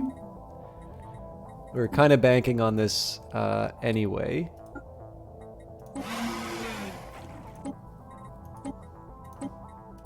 But let's see. I still want to try and get as many alloys as I can. So I'm going to be a little more...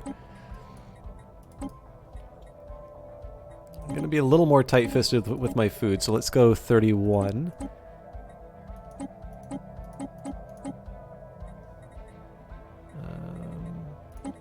Is there any energy credits I can get out of that? No.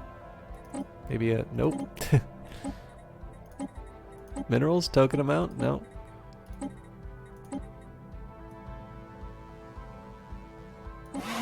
$15 monthly alloys is considerably less than what we were originally getting, but I think we can live with that. And again, we do now have the base, or the... Did I not send the trade offer to the other guys?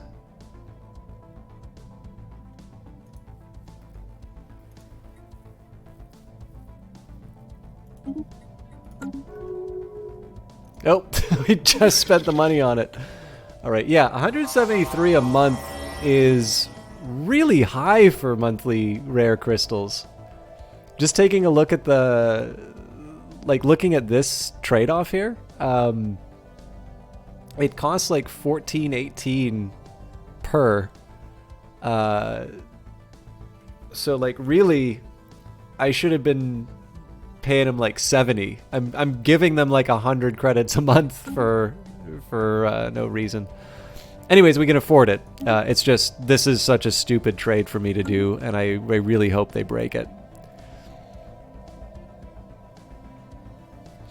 I think there's a couple things I could do to try and force it, but I don't know. We'll live with the choice.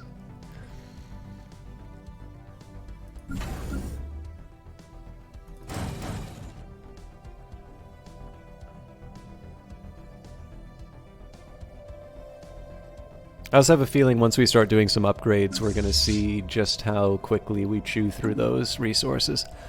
So knowing that we need a steady supply of volatile motes and rare crystals to sustain the fleet.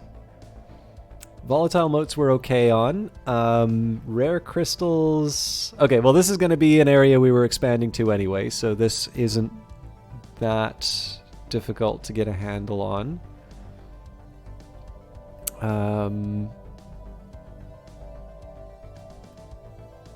This is kind of already in our... we kind of consider this within our sphere of influence, but we don't have the ability to access... Or so we don't have the administrative capacity to access. Yeah, so it looks like Hydrantis is going to be... Oh, I'm not... not advancing time. God. Yeah, that's really it for the rare crystals as far as things that we can reliably control. What are the bad guys holding on to? Not much that we can see.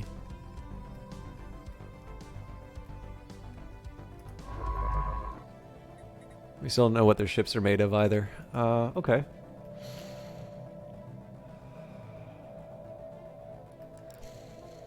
So how's my bureaucracy doing? Definitely an argument to upgrade this building. But that kind... Oh god, that's a sort of self-fulfilling, isn't it? I'm going to be assuming that I have enough crystals to be able to maintain this. So realistically, I can afford one of these. So maybe we'll upgrade the existing bureaucratic center. We currently are earning 5 from our ally, so I suppose that's a start. My agri-world's got unemployment, and I don't understand why.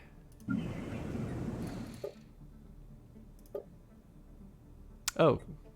Because apparently I still haven't built enough farms. Oh, right, because the glaciers. Generate some revenue. Okay, well... I don't exactly need the minerals, but... gives them something to do. The production and understanding of supersolids are of immeasurable value to any and every space-age civilization. So I think we're probably just going to keep going down the engineering line. It's definitely tempting to do plasma thrusters in particular. But I don't know, like just being able to clear out, well, 18 or 8. Prospect analyzed. Yeah, you know what? We'll do the plasma thrusters. The other ones I think we'll take the tech that we're stealing from the bad guys. Alright, what's the deal with Subra? We're improving the administrative park, but it's a base worker job that's... Alright, let's find you a new planet.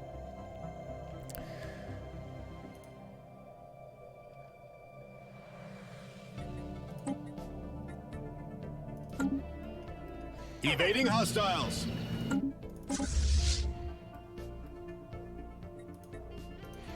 So, while we're being chased around, let's take a look and see what the wormholes are showing. So, this isn't too bad. In fact, this gives kind of an argument. So, if I want to be expanding my borders, this is sort of another candidate here because I'm going to be able to sort of control it through this wormhole. The drawback is like, the question then becomes, what do I want to claim out of it? Gaia world? Definitely. And certainly this other world, the tropical world, will be one that we can turn into a Gaia world at some point. It does also potentially... So depending on where this wormhole winds up going, like it might actually be that we wind up being able to claim quite a bit more of the galaxy than we thought, just simply because of the different links that we can get through our wormholes. But again, I don't want to be banking on that until we actually know what the deal is. Why are these corvettes not with the fleet they're supposed to be in?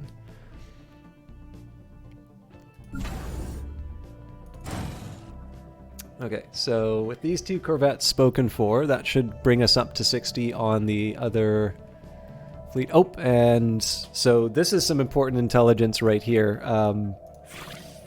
Based on our espionage, so this is good to know. So once we have 70, it looks like, we're going to get information on where the enemy is. This is what we were waiting for.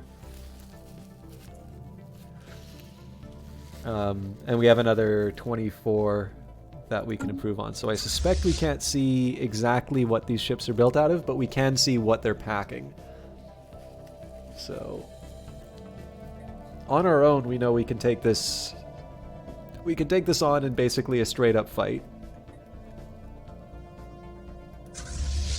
This is not an enemy ship. So the fact that I don't see anything in these systems kind of suggests to me that there's, like, I don't have the full picture. So what are we looking at? So yeah, I mean, I'm close to 10k fleet strength now, so I would be surprised if they said that we were equivalent. But there's that whole argument that I was making earlier about how, like, we're in a situation where, like, if we can take Julau quickly and hold it, it's effectively as good as winning for us. So let me just double check. So,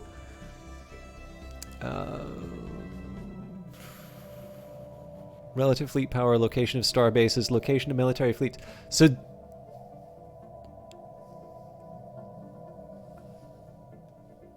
really?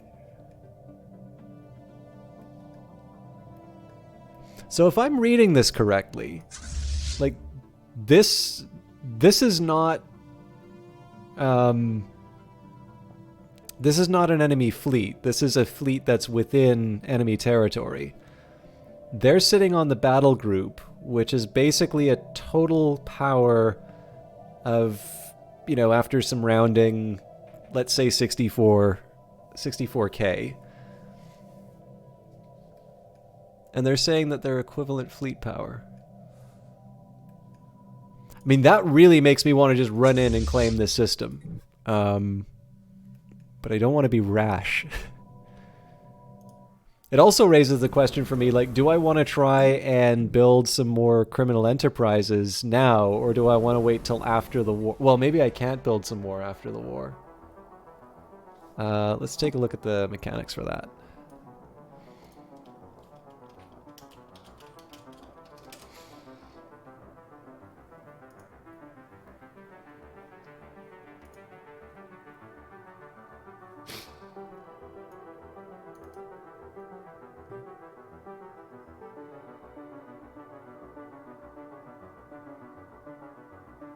Okay, empires with the corporate authority can establish a branch office on another empire's worlds if the corporate empire has a commercial pact with, is the overlord of, or is federated with the owner of the world, and there is not already a branch office of another corporate empire present.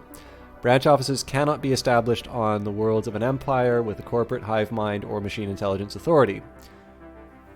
Obviously, we are a criminal enterprise, so the restriction doesn't hold there. I definitely feel, though, okay,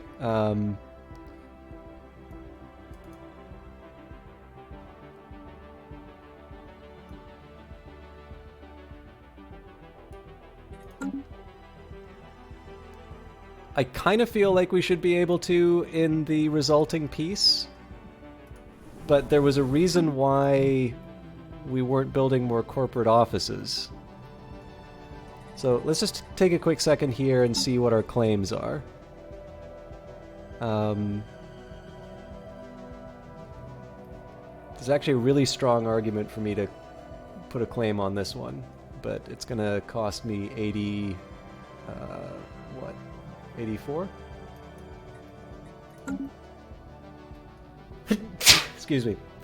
And the Tazi system, establishing a corporate office will cost me 50. Okay, here's what we're going to do. We'll establish this branch office right away because that'll give me access to... excuse me. Consumer goods and more research. Plus money. Money is always good.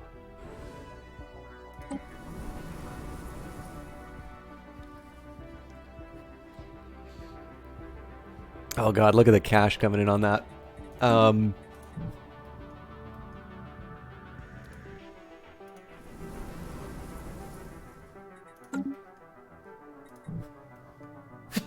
Excuse me. I want to finish the plan of building up all of my fleets first. So we will do the upgrade. We'll need 35 and 6, so we can afford that.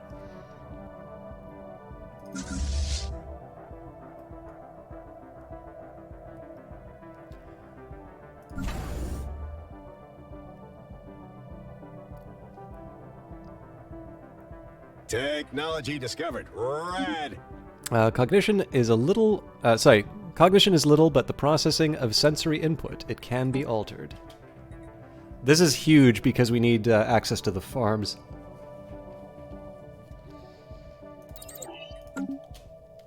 So good news there. We're one Corvette away from a full strength fleet, so then we'll do some upgrades on that as well.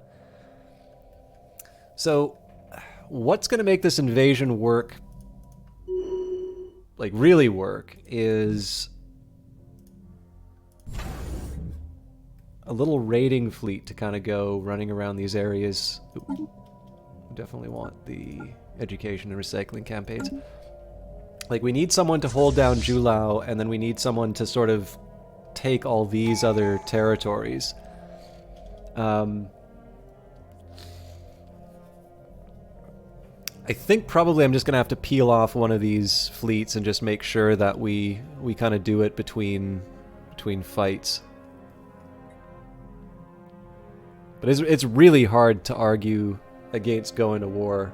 The only thing we want is to be able to just make sure it's a clean sweep and we take the Tenica system. Also, we don't actually have armies yet, so we should probably be building some of those. Okay, moving right along, let's open up a new set of traditions. So, once upon a time I might have considered unyielding. Domination is actually kind of tempting, because of the ability to vassalize people, but I'm not sure if that's quite what we need now.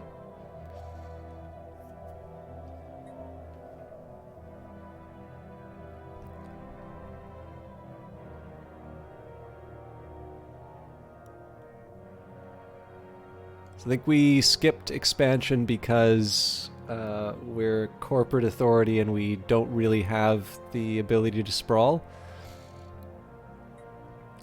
So supremacy seems to be a pretty clear argument. One, it'll improve my naval capacity, which is actually something I kind of want right now. Plus, kind of we get a bunch of bonuses to all the sort of stuff that we really need right now. Whereas unyielding would be more a defensive position. So I think we would have done this in a previous setup, whereas now we're actually ready to go on the offensive. So we will adopt supremacy. The future of the galaxy belongs to those who are strong enough to seize it. So already 20 for naval capacity and then bonuses to army damage. We do need to prepare for the invasion of 2 worlds. I don't believe we get to see their armies yet. They're relatively small, so I wouldn't expect them to be that big. So my best Gaia world is a garrison of 326 with a stronghold. Fully staffed stronghold. So...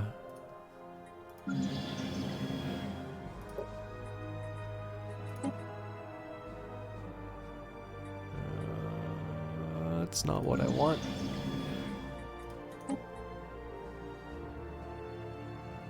Was it the Vengrel?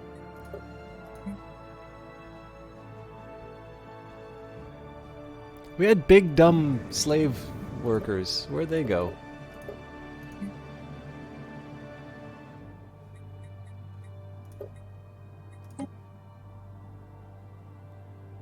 Alright, so these things, 151 to 303. Okay, our assault army is still better though. So, yeah. Like, there's a lot of these things for cheap, but these are generally more effective. Wow, we're actually pretty good.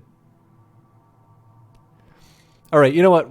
I prefer the idea of an elite army. We definitely can afford the extras. So,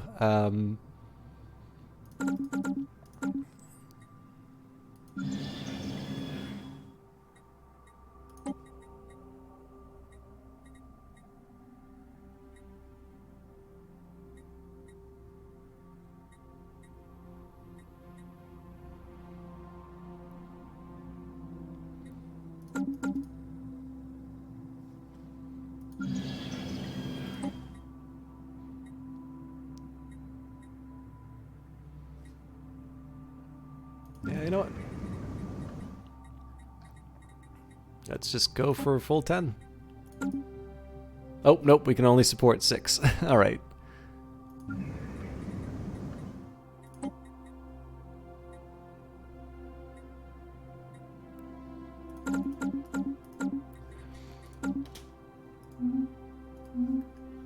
So again, that'll take some time, so it gives me a little more runway.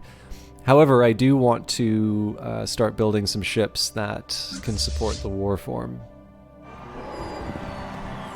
Closing the loop. After years of uneasy development, a rift has appeared above Kirox's private stash. Unnervingly, this is the exact same day as the instructions we found before the end. There's only one thing to do: send notes into the rift and forget that this ever happened. Unexplained insights modifier, remove closed loop modifier, added for 10 years, giving the following effects: monthly unity 10%. I completely forgot about that event.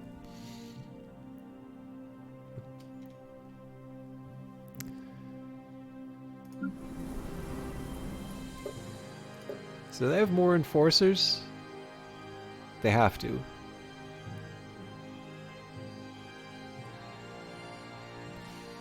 Oh wait, no.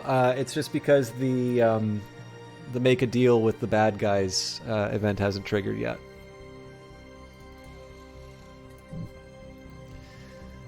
Okay, so one thing I do want to work on if I can is anything that will get me extra... anything that'll get me extra unity. The only drawback is we haven't run into the Kickstarter aliens yet.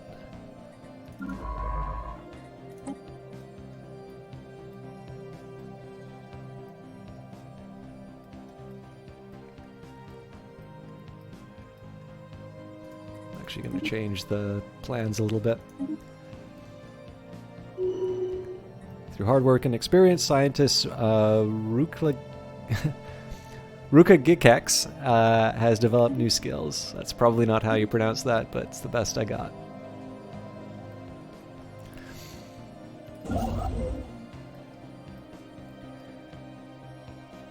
It is incredibly tempting to just expand out and say, you know, hang the cost, but I can't quite bring myself to do that yet.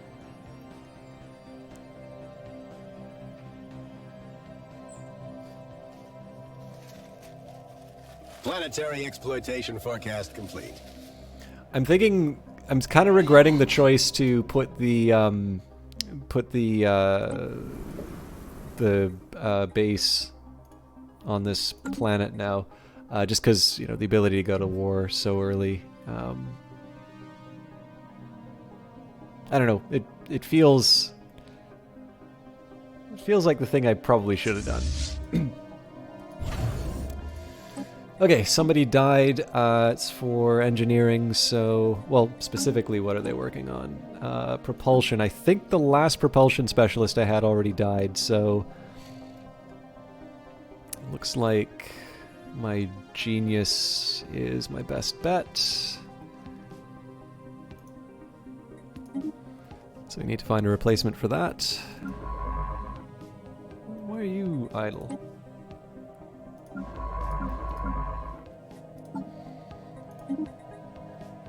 So this one's eager. It's cheap, but I don't really need to worry about money, so... Also, it dawned on me that I've not been taking advantage of... Oh, wow.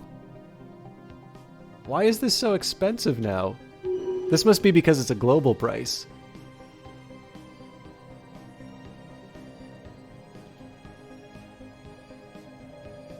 I gotta keep an eye on this, because I don't remember spending this much money on alloys.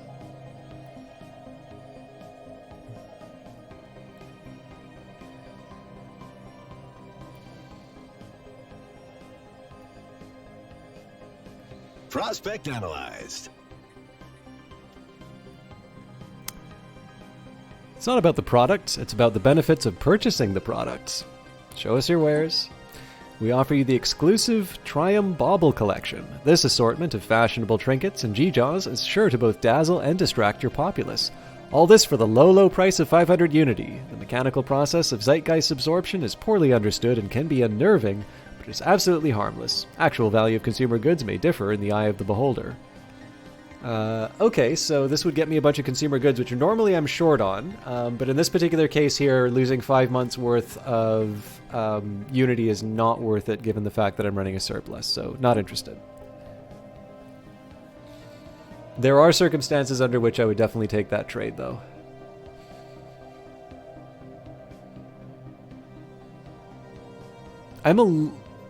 Yeah, no, that's totally... So, opening the market actually didn't really help me here, because it's raised... Okay, so for those of you who've taken econ, what happens when you have a closed... A small economy, it's closed, and you open trade?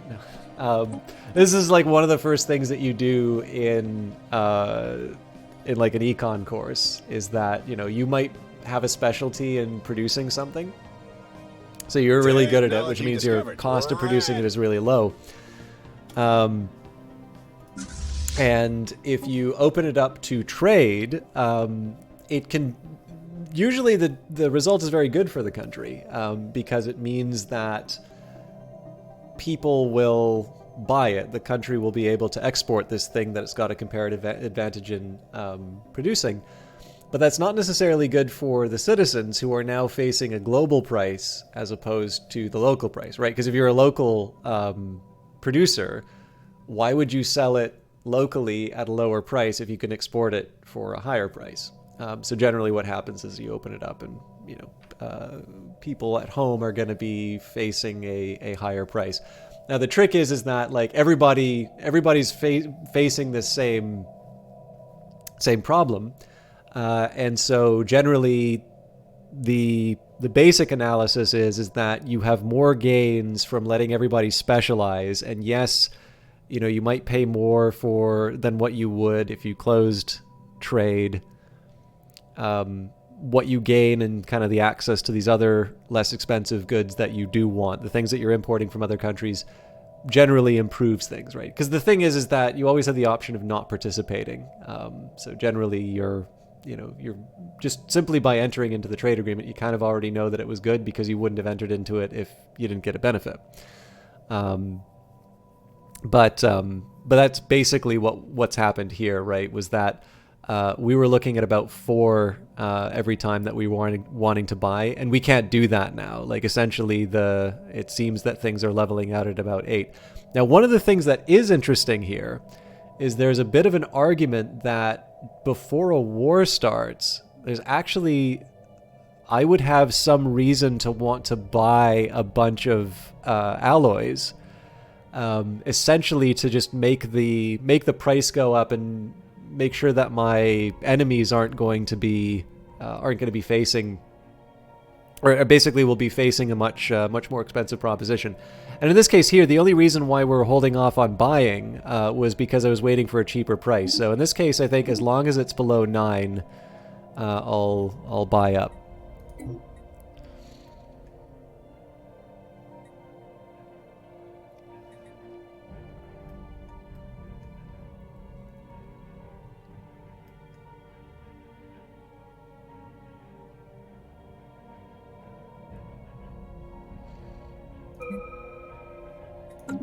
Nope, I wasn't paying attention. I don't think I quite have the stomach for the L gate yet, but we do have the option to exploit some moats, which is very important to us right now.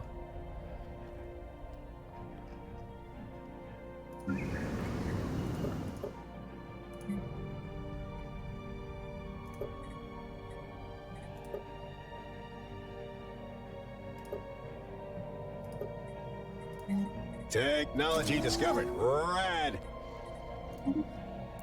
Orbital systems of mirrors and shades can affect dramatic changes in planetary climates when managed properly. Okay, so let's hit the tile blocker. And Kirox's private stash needs to resettle. So I'm a little tempted to send this one off to Subra so that I can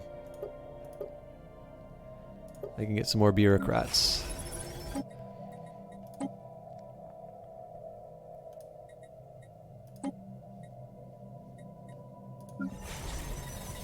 There we go. So they're still not going to quite be able to absorb all of the hits to our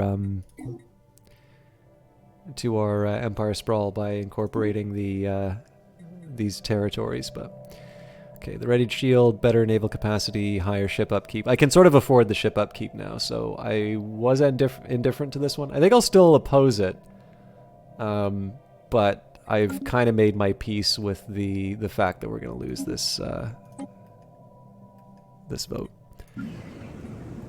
Okay, let's clear out the glaciers. 14 away from claiming it. Once we claim it, we're pretty much going to war right away.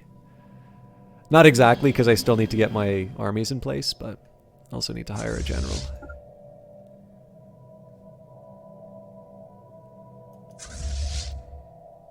This isn't the strongest army, to be honest. Planetary exploitation forecast complete.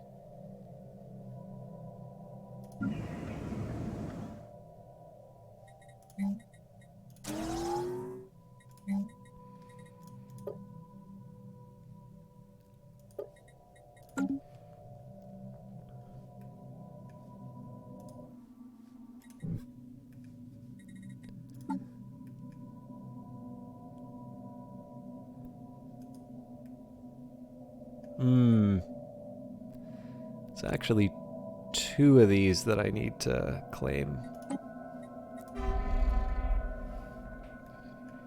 I'm finding more and more excuses not to go to war, and that bugs me.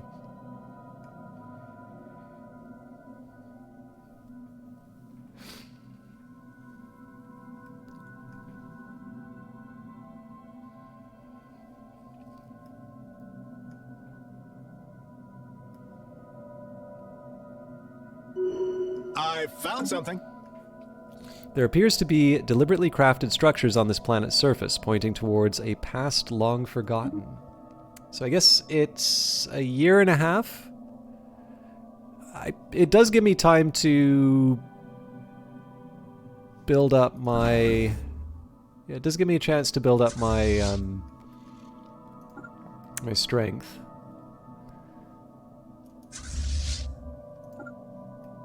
Resource scan complete.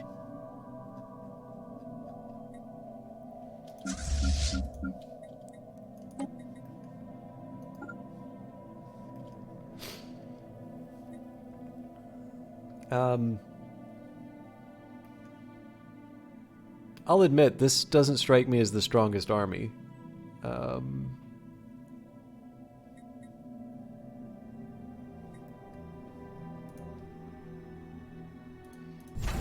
Ship status cutting edge.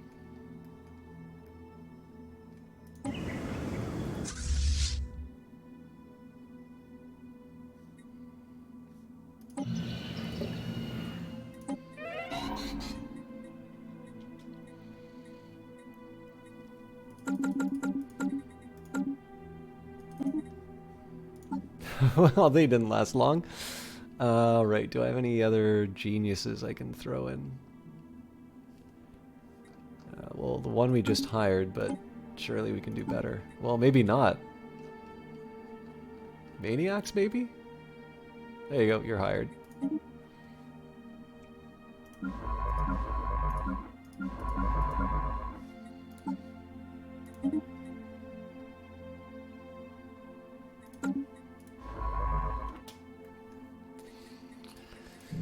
Okay, but yeah, I mean, just the idea of having the this, particularly this wormhole sitting around on its own, does not sit well with me. So, oh, are you kidding me? I'm building these armies for worlds which have no. Okay, well, we don't know about this one, but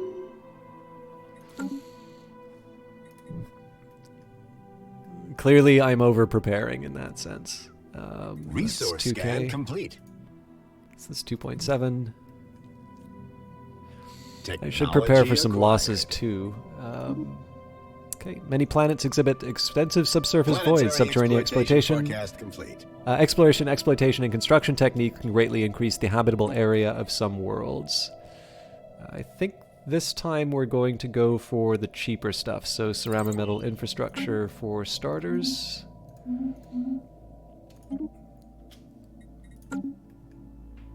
Resource scan complete. Running short on food again.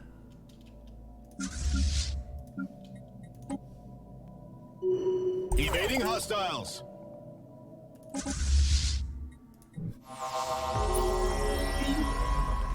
We made first contact with mysterious aliens in the Satatoni system. For now, we have codenamed them the Heth aliens until we can say more about them. If they possess a language, we should decipher it so that we can access how much of a threat they pose. It is 10 o'clock, so, but I'm gonna do my best to push through for another half hour. It's not what I wanted.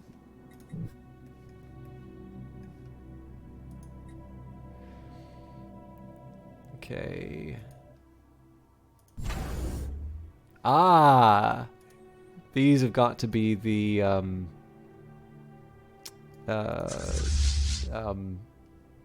you know who they are. The Khan, the Marauders.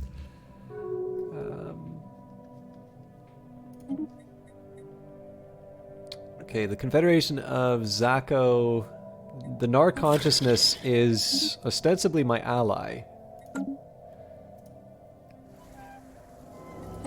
The fumes lie thick. The planet Chetris 3 is a toxic wasteland, but our scans unveil that it has not always been so. Now extinct civilization seems to have destroyed its home planet via heavy reliance on climate-altering fuels and toxins. On a remote hill, close to a major city, we have found a lone active facility, a robot assembly plant, desolated and surrounded by military vehicles, so deteriorated that they break upon touch. The facility is alien and mysterious, but it could provide us with ample study material.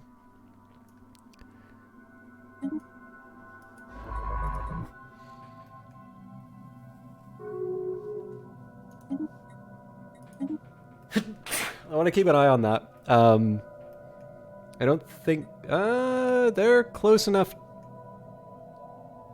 for it to be a slight worry. Excuse me.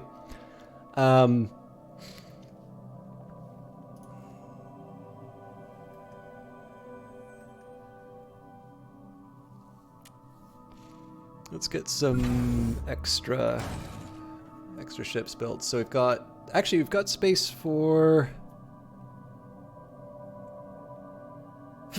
I guess it's a third of a fleet, so does that divide easily into 5? I don't think it does. So let's do 2 cruisers. That's what? Sorry.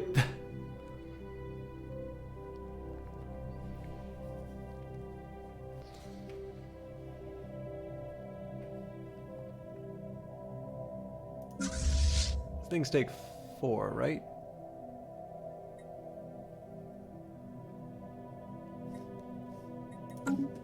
We really push the envelope on these ships. Okay, so based on what I'm seeing here, we have almost, like, it's just shy of it, but about 3 times the fleet strength of these guys, and yet we have an equivalent fleet power.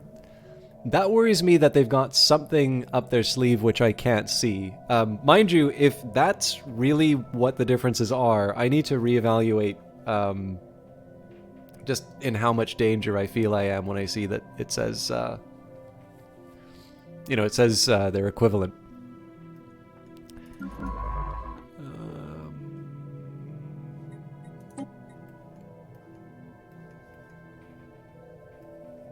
I'm not sure why some of these are canceling out. Well, hang on. Where's the...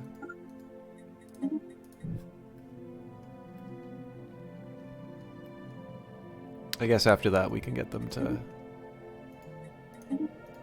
do a proper survey.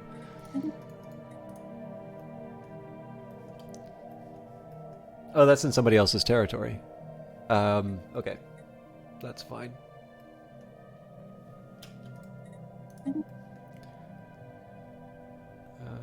We might be out of things to research with them, but we'll just...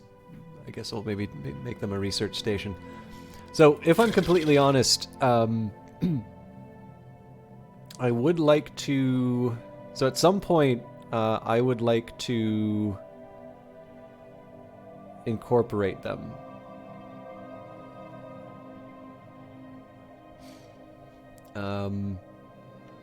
The friendly attitude helps me. I'm probably going to need a better... basically going to need to have more babies. But ideally, I will incorporate them into the Empire before they go to war with someone really strong. I don't know. We'll see. I'm feeling pretty encouraged about going to war with these guys, though. Resource scan complete.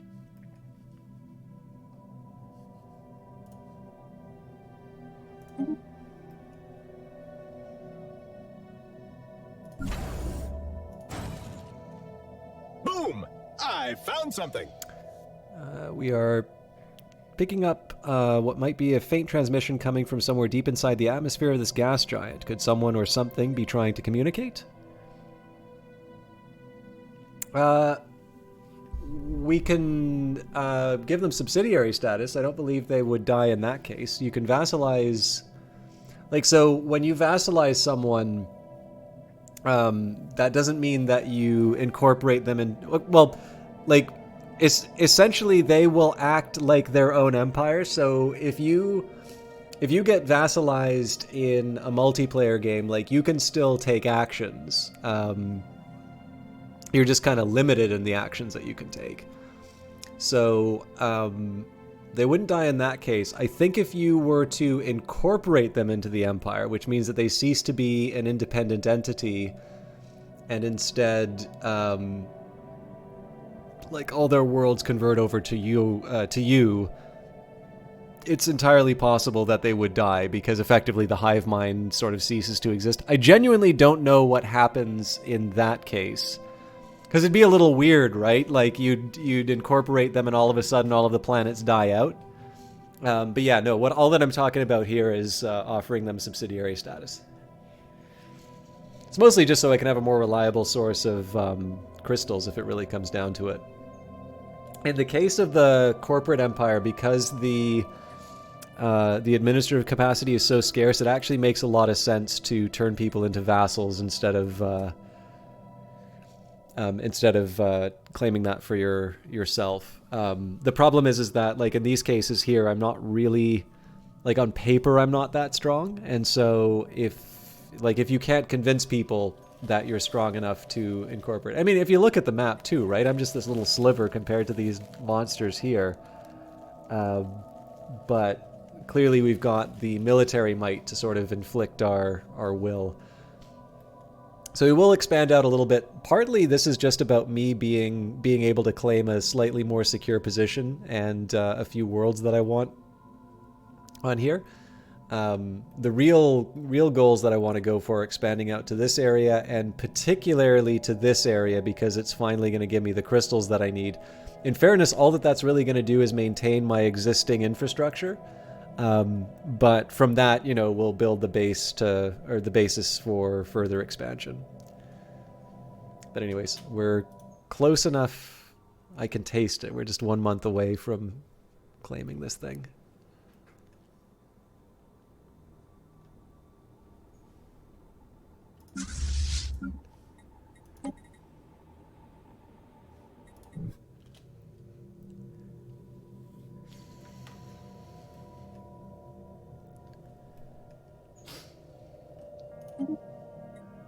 Sorry, we're picking up what may be a faint transmission coming from somewhere deep inside the atmosphere of this gas giant. Could someone or something be trying to communicate? If this is the Dathmak, I'm going to be very charmed.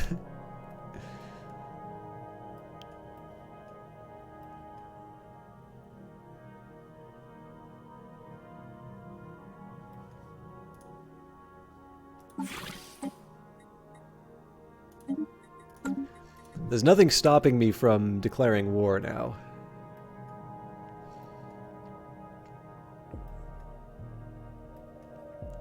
Planetary exploitation forecast complete.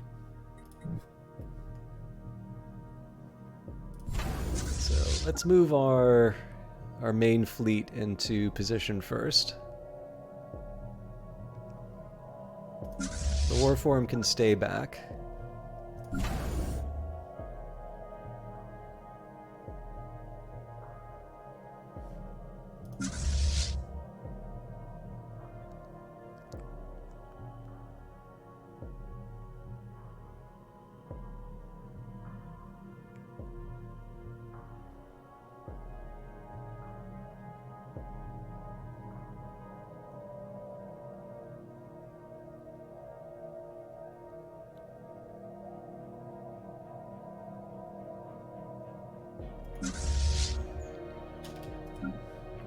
Okay, so we can't combine this with the Warform, fair enough.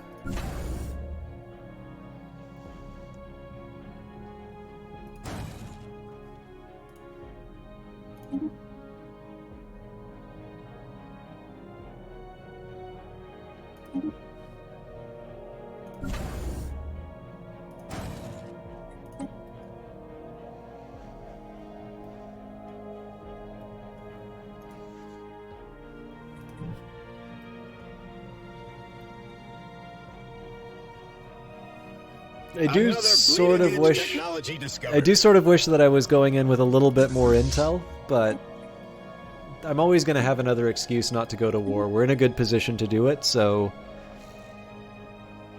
let's go for the younger general with a better experience gain. Alright, volatile motes are fickle particles that are dangerous to work with. In order to safely harvest them without setting off a chain reaction of explosions, energy fields must be used to stabilize the motes.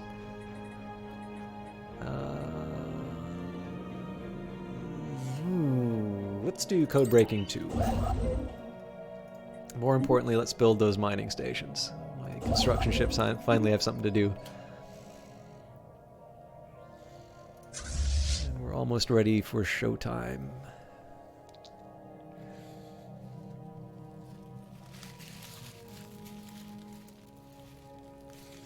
Terraforming candidate discovered. Our detailed survey of Athena 4 has revealed that it may once have supported life in the distant past. There are significant deposits of frozen water at the polar ice caps and beneath the planet's surface. The existence of valley networks suggests that water may have once flowed freely.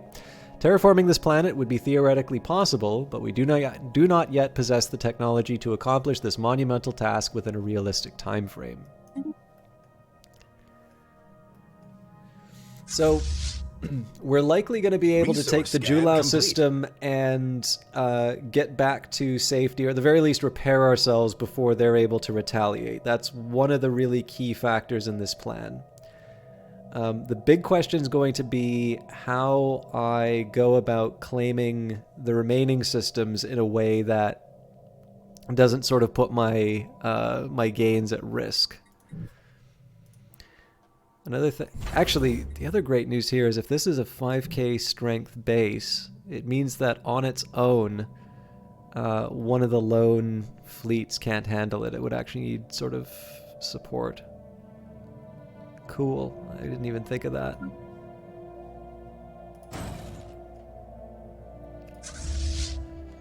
Okay, so almost in position. I guess the question now is, what reason do I have not to go to war? And the answer is none. I don't know what happens to my criminal enterprises. It could be that we lose those in a war, but we are gonna roll the dice and see what happens. Let me just make sure I've got my claims. Ah, they took Emden. All right, it's 34. It's 34 influence. You know, I get the whole slot to myself. So yes, I'm gonna wait to claim that.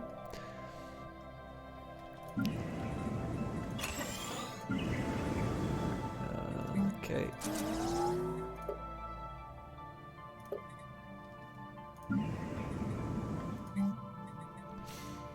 So I should be paying attention to everything else that's going on.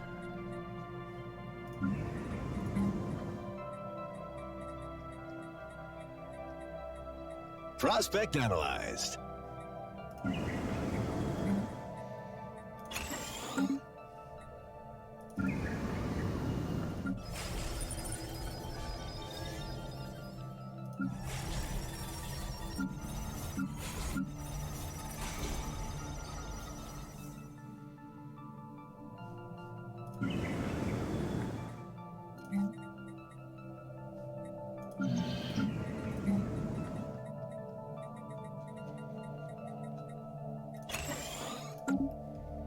Construction complete. Okay, we've got access to our moats. Again, I'm paying an arm and a leg for crystals when I should probably just settle for a better market price. But we're already adding the rare crystals. I just, I'll accept that I made a bad decision and move on. I do think, though, I'm going to make the most of what I have access to. So there's going to be hell to pay if I lose my source of rare crystals. But for now, we're going to build as much administrative capacity as we can, and we're going to use that to expand. We are 16 away, so 4 months before we start the war.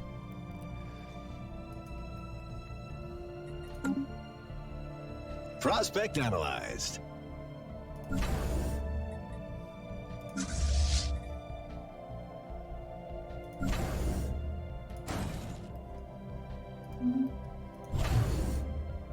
I'm a little surprised we're short on food, but oh, well, there you go.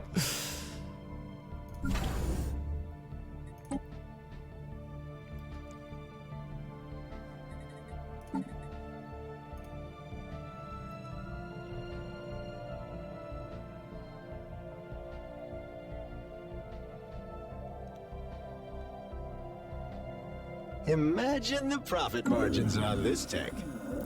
Gas giant signal. The ISS Lorad Nergal has picked up some curious readings from Imdar 2. There are significant pockets of radiation in the gas giant's atmosphere that appear to be the result of intense orbital bombardment. What someone could hope to gain by bombing a gas giant from orbit remains a mystery, however. As the ISS Lorad Nergal was preparing to break orbit, Science Officer Terranix discovered a weak signal coming from the planet's interior. It may be a transmission of some kind, but the gas giant's background radiation makes it difficult to isolate. We should investigate the signal. Log updated. Some of you know what's coming up.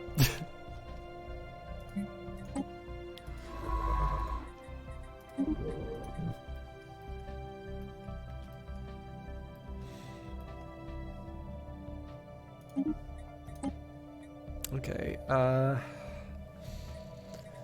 think we'll go for the social I mean, I just don't really benefit a lot from these right now, so...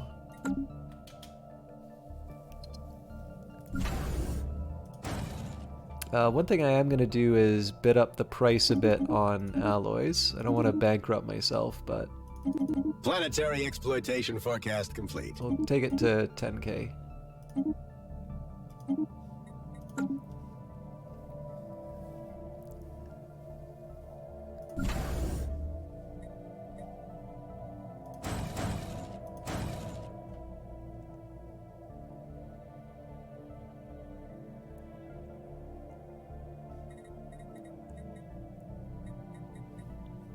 Okay, I think that'll bring me up to my fleet I might have 2 left over. The 40k to the gas giant. It's actually there's a quest line here. So if you're talking about Exterminatus, I don't think that particular one, although I could be wrong. The Deathknack reference is... Oh, that's really cool. Okay, we'll talk about that in a second. But no, there's a quest line called the Deathknack. We'll probably see it before I wrap up tonight. But it just winds up being this fun little quest line where it's kind of like having a neighbor who like starts by asking if they can like borrow some sugar, and then like all of a sudden every other day they're asking you for something new. It happens to be a fun little event chain, which I think has been in since the very start of the game, but or like the version 1.0. But I won't go too far into it. We'll get to see it in just a minute. Okay, I'm sitting on a bunch of alloys. So question 1. If I wanted to build another administrative office, what am I looking at? So,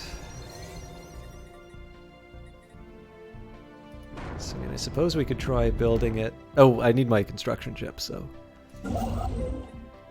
So if I want to build a... habitat?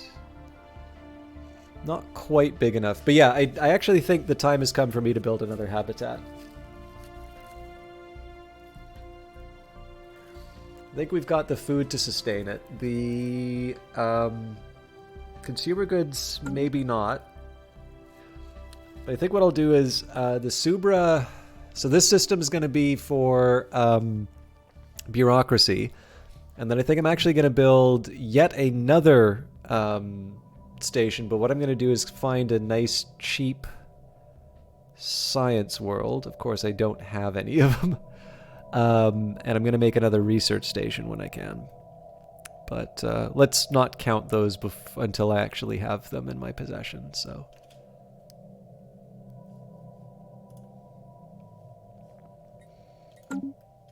This tech had better generate some revenue. Plasma thruster. Okay, so I've got... this is actually something I'm willing to upgrade my fleets for. An advanced form of electric propulsion, plasma thrusters afford ships greater sublight speeds and maneuverability. We're never going to get this invasion underway.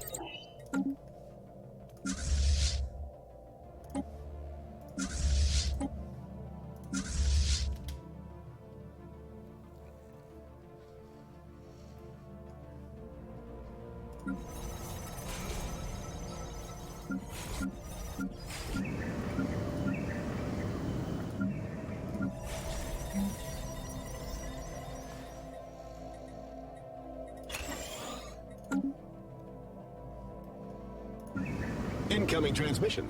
Let it go to voicemail.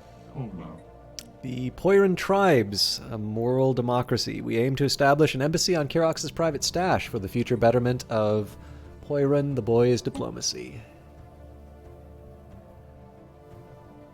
It's better not take long. Research complete. Special project completed. Science officer Terranex has managed to isolate the weak signal that was coming from somewhere deep inside the atmosphere of Imdar 2. It does indeed appear to be a transmission, and we have filtered it through the translation software. On screen. Gas giant transmission. Finally! Well met, Spacefarer. We are the Dathnak, and the planet you are orbiting is Talok Rong, our ancestral home. It is always riveting to meet a solid, even if our last encounter with your kind was somewhat problematic. You have no doubt detected the radiation surges coming from our atmosphere. Talok Rong is dying, and our species will perish unless we find a new home. We have identified a planet that would suit our physiology, but we have no means to get there. Sadly, our non-corporeal nature means we don't have much in the way of industry or technology. Will you help us? If you have no technology, how are we speaking? Ah, but you are not the first solid to pay us a visit. Another spacefarer graciously donated a small subspace transmitter and a scanner array to us 2.9 million solar cycles ago. They had been designated to be compatible... Sorry, they had been designed to be compatible with our physiology. One of the more positive encounters that we've had with your kind. What happened to your planet? Well, the last time Solids visited us a few thousand cycles ago, things didn't go very well. They wanted us to embrace their religion. We refused, and this triggered some kind of genocidal reaction. Completely unwarranted. Before we knew what was happening, they maneuvered their fleet into orbit and unleashed a massive bombardment. You want us to transport your entire species to another planet? Yes, and hopefully soon. Don't worry, there aren't too many of us. Most of the Dathnak died when our planet was bombarded, and those who survived retreated deeper into the atmosphere. Communication with the surface is difficult here, and the radiation is spreading. We don't have much time. So, we will help you relocate. Log updated. Excellent. I knew we could count on you. The coordinates of our new home have been forwarded. You must promise not to let your own colonists claim this alluring world before we get there, no matter how strong the temptation.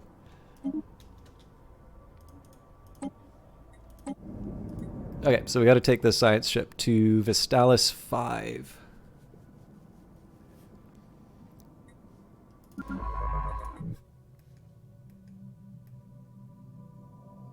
This one's doing the wormhole, so I'd rather not mess with that.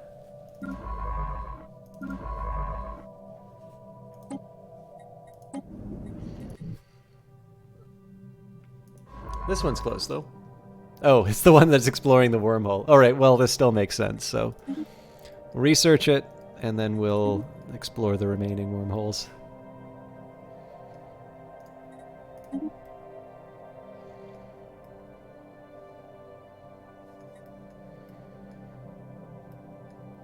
Diube. Right, that's the one that's gonna... If the Great Khan wakes up, we're actually uncomfortably close to them.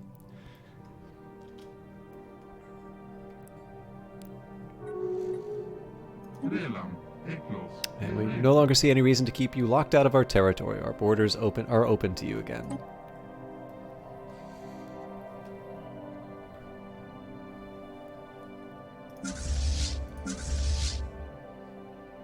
Looks like this refit's gonna take a while.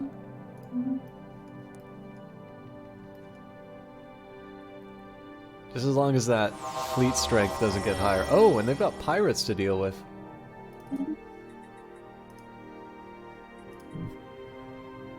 Okay.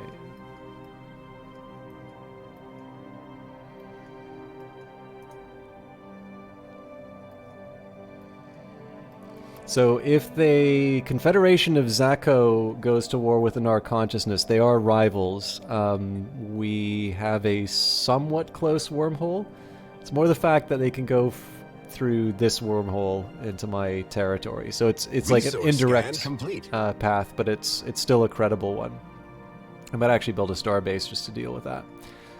The one thing that was interesting, though, is that the Tecarus link, which is neighboring the Confederation of Zacho, is guaranteeing the independence of the Nar Consciousness. Forecast complete. Planetary exploitation forecast complete.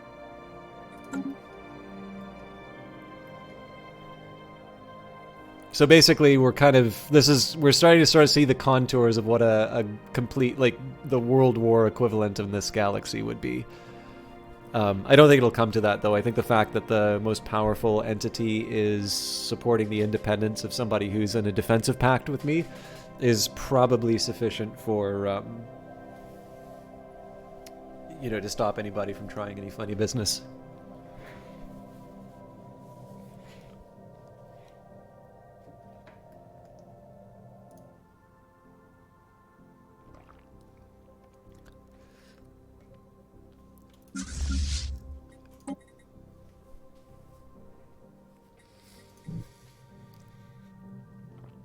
So apparently they're just letting the pirates stick around. I mean, it's fine for me because this is like right in the way of their defensive plans, right? They're actually going to have to fight the pirates to come get me. Okay, the Ready Shield just passed. I voted against it. Didn't win. Oh wow, we're in the top 3. Okay, cool. We've actually eclipsed our rival. And we're about to do a lot more.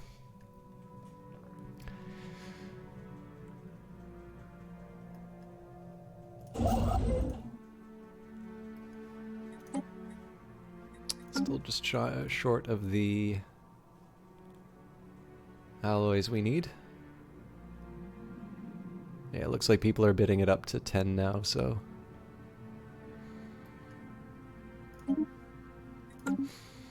Research complete. We did it. Special project completed. Science Officer Forlek has finished supervising the relocation of the Dathnak to their new home. A convoy of civilian freighters equipped with massive pressurized gas tanks ferried the gaseous beings across space and deposited them into the gas giant's atmosphere. Their ancient transmitter and scanner array were also brought along. Hail them. We are forever in your debt. This planet has exceeded our expectations. For the first time in generations, our young can frolic in the upper atmosphere without starting to glow. We've decided to call our new home Balderak after your species. Future generations of Dathnak shall always know the name of their saviors. Balderak? We are the Rexari. Really? I could have sworn... Apologies, but it can be difficult to tell you solids apart. I'm afraid it's too late to change the name now. It has a nice ring to it, though, don't you think? Good luck with your new home. Thank you again, dear friends. May the atmospheric currents always keep you aloft. So yeah, this is not the last we've heard from them.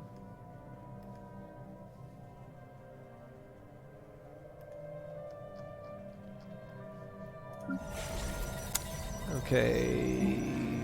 I suppose the real question here is, what do I want to do with this? So we've got a hydroponics farm. I can actually probably scrap that for something else. It's trade district and mining bay. We could definitely build a purification plant. How many slaves do we have?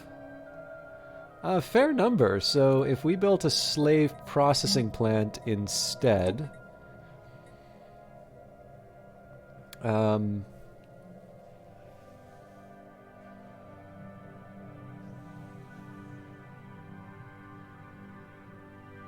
it's not bad, actually.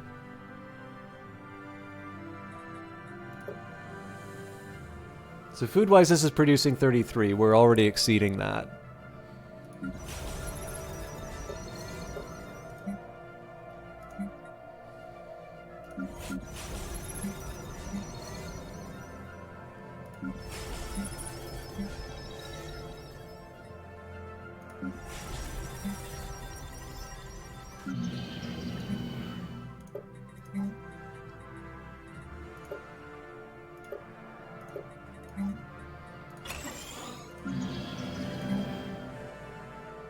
Oh wow, we're really short on minerals now.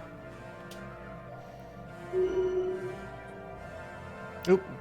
Negotiations are for appointing a new oligarch are underway. We will abstain for now. We've elected Troxeg, previously admiral on new ship, to become the next ruler. We get improvements towards our ships, which is good, although we are going to need a new admiral.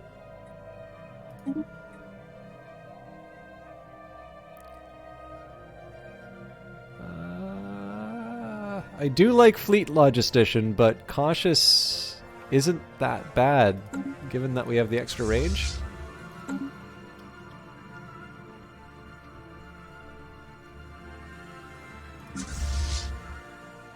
Okay, we're almost done the first fleet.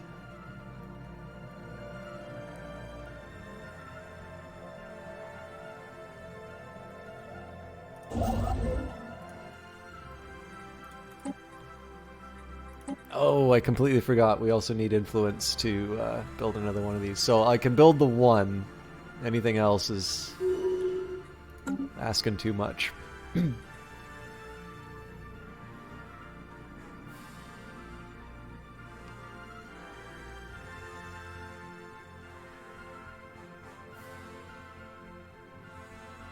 Ships upgraded. Okay, 3 days we can build a new habitat.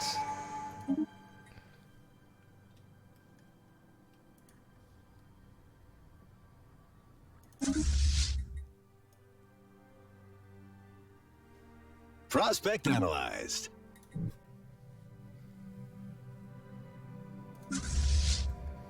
So again, we're going to be patiently waiting for the rest of this. Oh. There it is. Okay, so they do actually have a much... Yeah. So either that's new or I wasn't paying attention. Exploitation forecast complete. The mineral composition of Zempek 4 does not match projections. So again, we still outdo them in terms of these numbers, but it's not as large of a margin as it originally seemed. So that's something I want to keep an eye out for.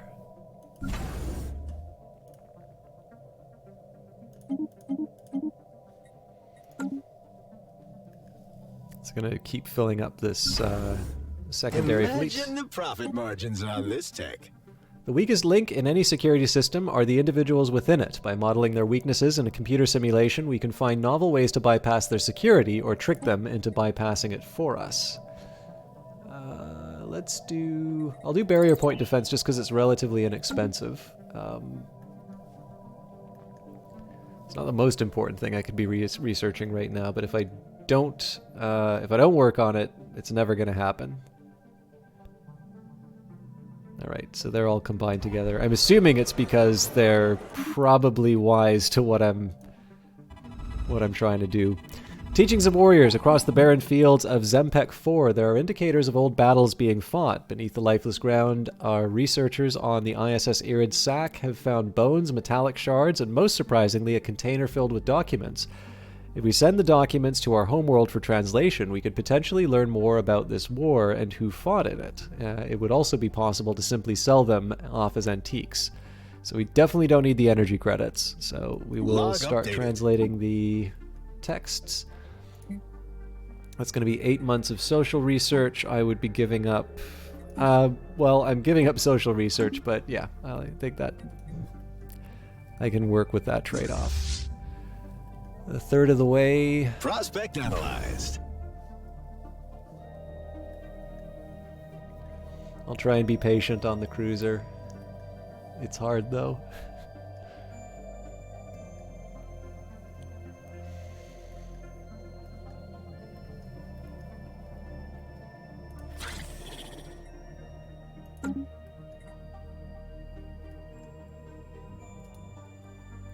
Presumably they're making a move on the pirates, which is a little inconvenient for me because I was kind of counting on them to be an obstacle. Okay, the Nar are canceling the alloy deal. Boom! I found something. I think I'm gonna hold off just because I could use the minerals for my own expansion, and I do have my big fleet now, so I think I can afford to hold back.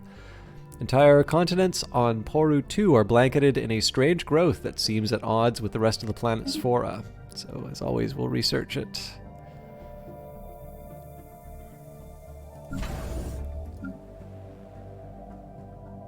Four more ships. Wait, is that true? That can't be true. Alright, well, I can shut up.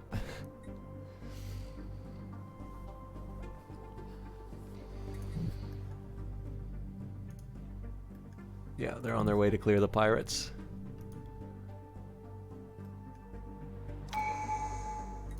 Waited too long. Alright, so ship build cost, build speed, upkeep reductions, ship fire rate. Okay, so we definitely want the fire rate higher. So overwhelming force. Everything must be brought to bear excuse me, on the enemy if victory is to be assured. A swift and decisive attack can paradoxically save lives that would be needlessly lost in a prolonged engagement.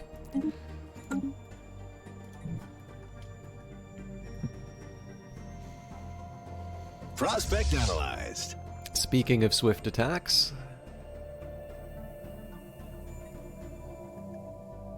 so the most dangerous point that we're going to hit is, so we've got this combined fleet for starters.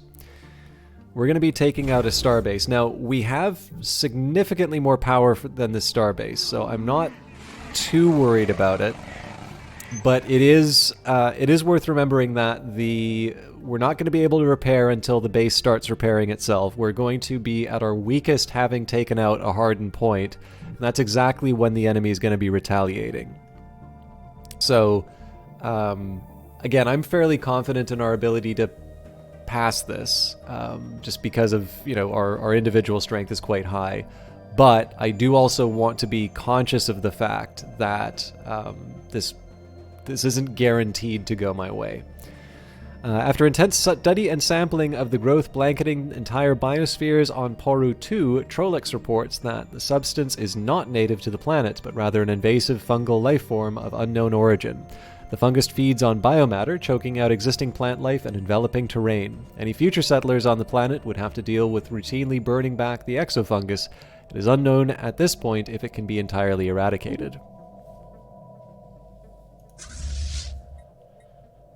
Okay, so 2 more ships. I'm actually going to move this. I'm going to move my backup fleets into position. It'd be nice to do the upgrades, but we can do those on the starbase.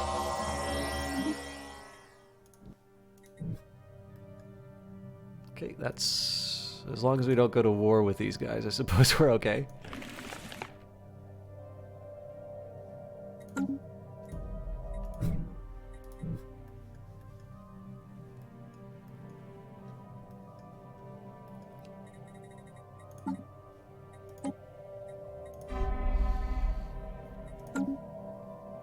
I found something. The atmosphere of Vermilion 4 is reflecting our sensors at radio frequencies. Something down there is interfering with our signals. 1 more ship. Quarter of the way there. Research complete. Special project completed. It appears that the texts we found buried in the battlefield were more teachings written by Telesia, the Teller of Tales. The documents are breakdowns of tactics, strategy, and most importantly, logistics in interstellar warfare. Being a strong spokesperson against war, Telesia found this to be the essential knowledge for steering into the future. Even the most peaceful of people might be forced into a corner in their work for a better world. So, I don't think we have the capacity for it.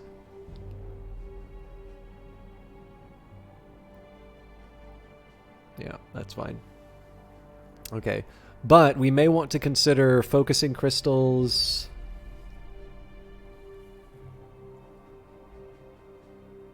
Yeah, I mean, there's if we pay up, there's definitely some pretty hefty material we can bring to bear.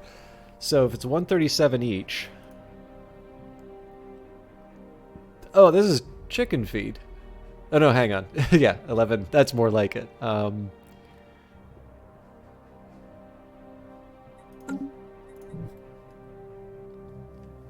What are my ships made of?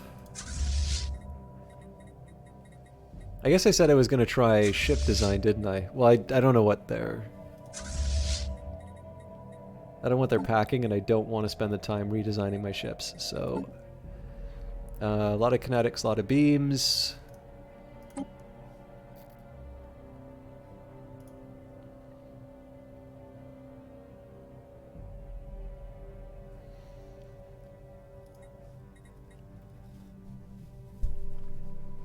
So I'm assuming railguns don't count as explosive.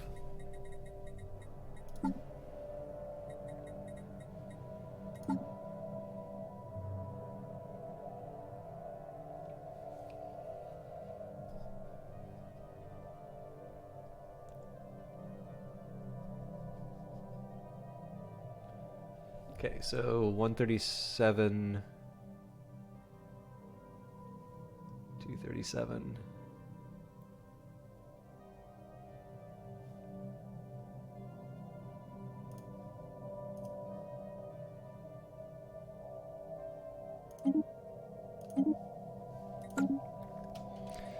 We'll wait till just before the battle to do it, but we're in good shape. I was kind of hoping they would go Resource scan complete. somewhere else, but I'm still feeling pretty good about our prospects. Technology acquired. Space torpedoes. These torpedoes are We essentially really very pushed the large, envelope on slow-moving these missiles. They are equipped with more powerful warheads and shield modulators that let them slip unmolested through energy screens. Now, it looks like they want me to upgrade. I'm not going to do it. We've held off this war for too long. Let's get our... Actually going to do the destroyer hull points here.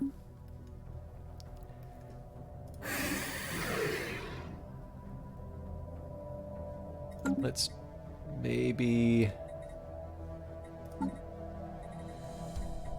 Okay, so my claims are in place. This is actually going to be the hardest one for me to take. I'm going to do this after we take out a couple of their fleets.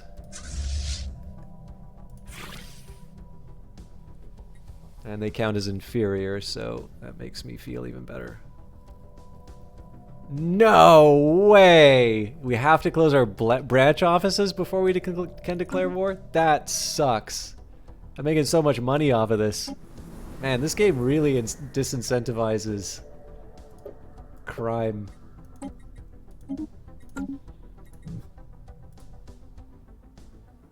I'll have to remember that for the next time, because like we spent a bunch of influence to be able to do that. But the gains that we'll be getting off of this and the strategic position will make it worth it.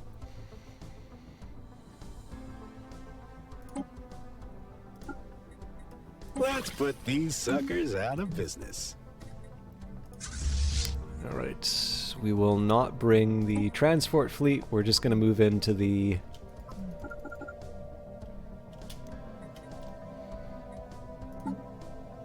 And again, we'll take the absolute last second to activate the edicts. Heavy metal frost, boasting a scorching surface temperature and an atmosphere of corrosive mineral acids. Vermilion 4 possesses extreme weather conditions responsible for reflecting certain bandwidths of electromagnetic radiation. Heavy metal compounds heated in the planet's troposphere rise in gaseous form to high elevations, whereupon they rapidly cool, solidify, and rain back down on the surface. Simply put, it snows metal on the surface of Vermilion 4. Through hard work and experience, scientist Trolix has developed new skills.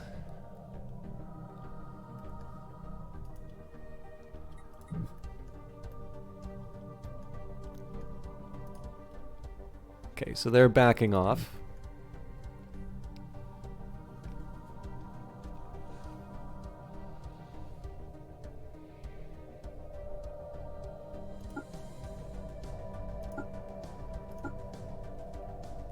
Planetary exploitation forecast complete.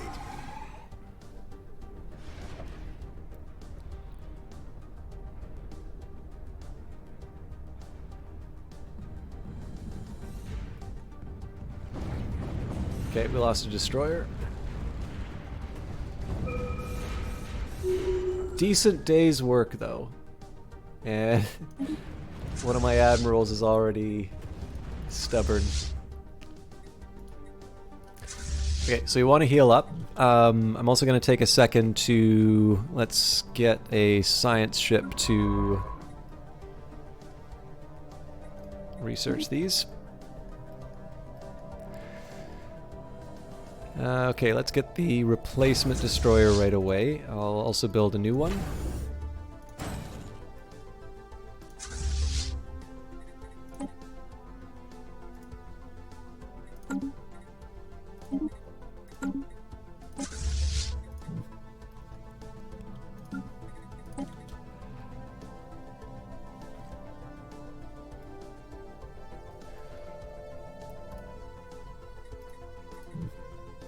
Now, interestingly enough, I can't see what the rest of them are up to. I'm okay with pangalactic recycling initiatives. And I've been neglecting my Wow, I've been neglecting them a lot. Okay. It's a lot of people I gotta move. So first off, let's take the existing Natraxians. We'll resettle them into Subra.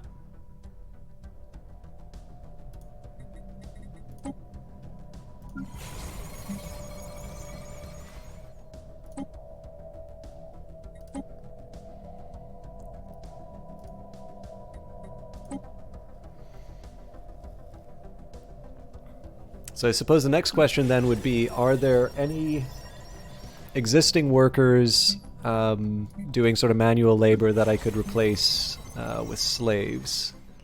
Looks like that's mostly accounted for. Although I think I could switch out some of these clerks if I'm not mistaken.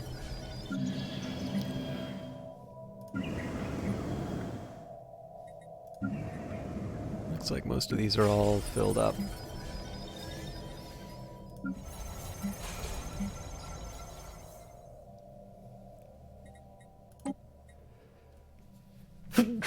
Sorry. I'm gonna be running out of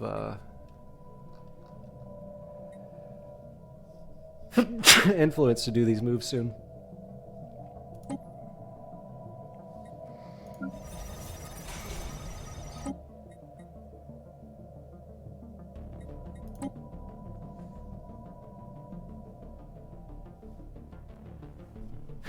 Excuse me.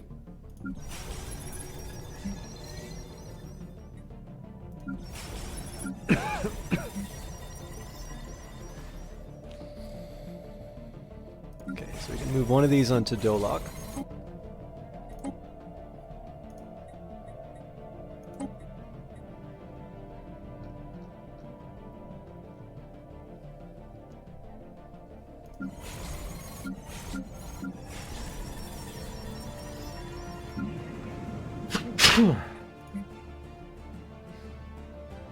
Oh, looks like we can turn them into soldiers.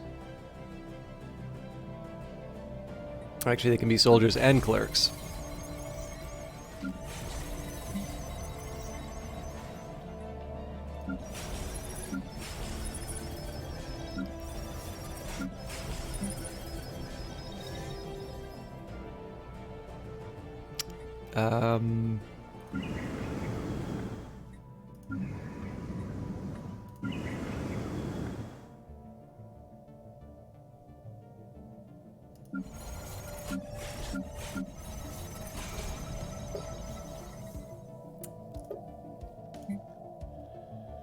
I'm trying to think how I can make this work. I'm gonna wait. I'm gonna wait for the influence for this last one. So priority number 1 right now is to make sure that we heal up.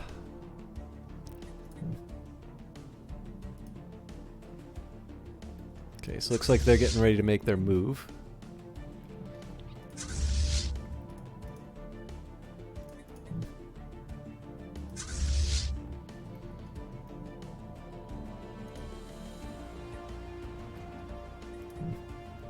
Imagine the profit margins on this tech. Studying the life that arises on other worlds and beyond allows us to understand the fundamental aspects of biology that were previously beyond our reach. Let's do basically the cheapest tech at this point. Okay, so everybody's ready to go. These guys are not moving, so what I'm going to do here, I'm going to take one crew and I'm going to start munching spare territory. I also want to eliminate, so if they're claiming this world, that's going to be bad for me.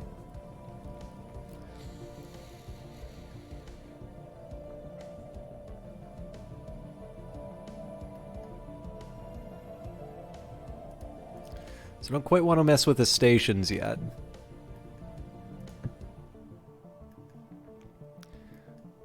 We're gonna make a pretty hole in their defenses. What I'm particularly interested in right now is if this fleet starts making a move. Planetary exploitation forecast complete. Because right now I'm sort of banking on the fact that I'm going to be able to back these guys up. But if an opportunity comes up where one of these fleets starts moving like that, I want to make sure that I can get my people to back them up. Okay, so they're moving elsewhere. That's kind of interesting, actually, but what I'm particularly interested in right now is taking out this thing. I have to stop them. Ah! It's going to be a big hole in my my plans. I'm assuming you can't make a claim while at... Well, oh, okay, so they just raised the price by a whole lot. That's actually a price I'm willing to pay. So we'll wait it out. I did say I was going to mess around with the ordering, though, so...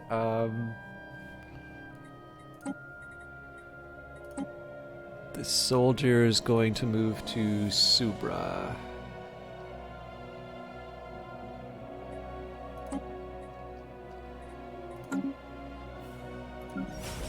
So we finally have a little bit of breathing room as far as our expansion is concerned. This means I'm going to... Oh, right, I don't have the influence for anything. So yeah, there's going to be some further expansion that we work on, but...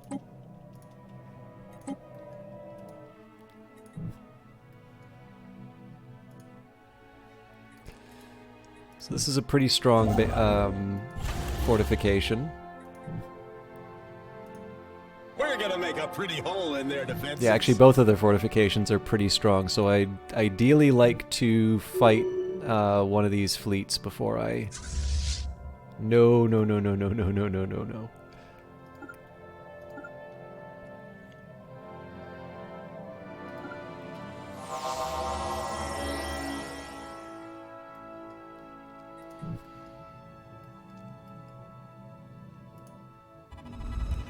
The mineral cluster is a holographic record, multi-sided, many-edged, and translucent. It remains secure in the ISS Irid Rock's tractor beam, but our experts will need some time to decode its contents. A special project has been issued to expedite the process.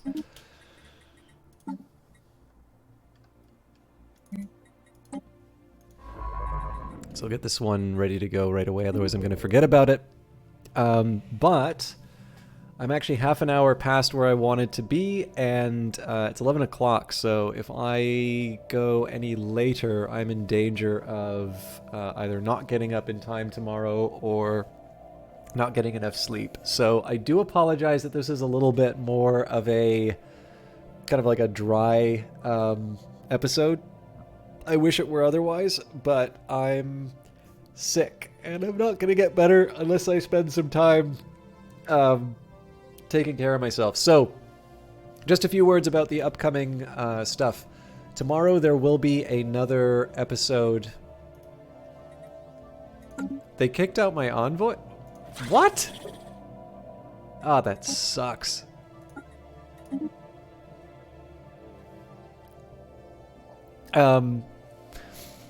But yeah, just some plans for what's coming up. So I have done for Oblivion, we're done all of the DLC except for Shivering Isles.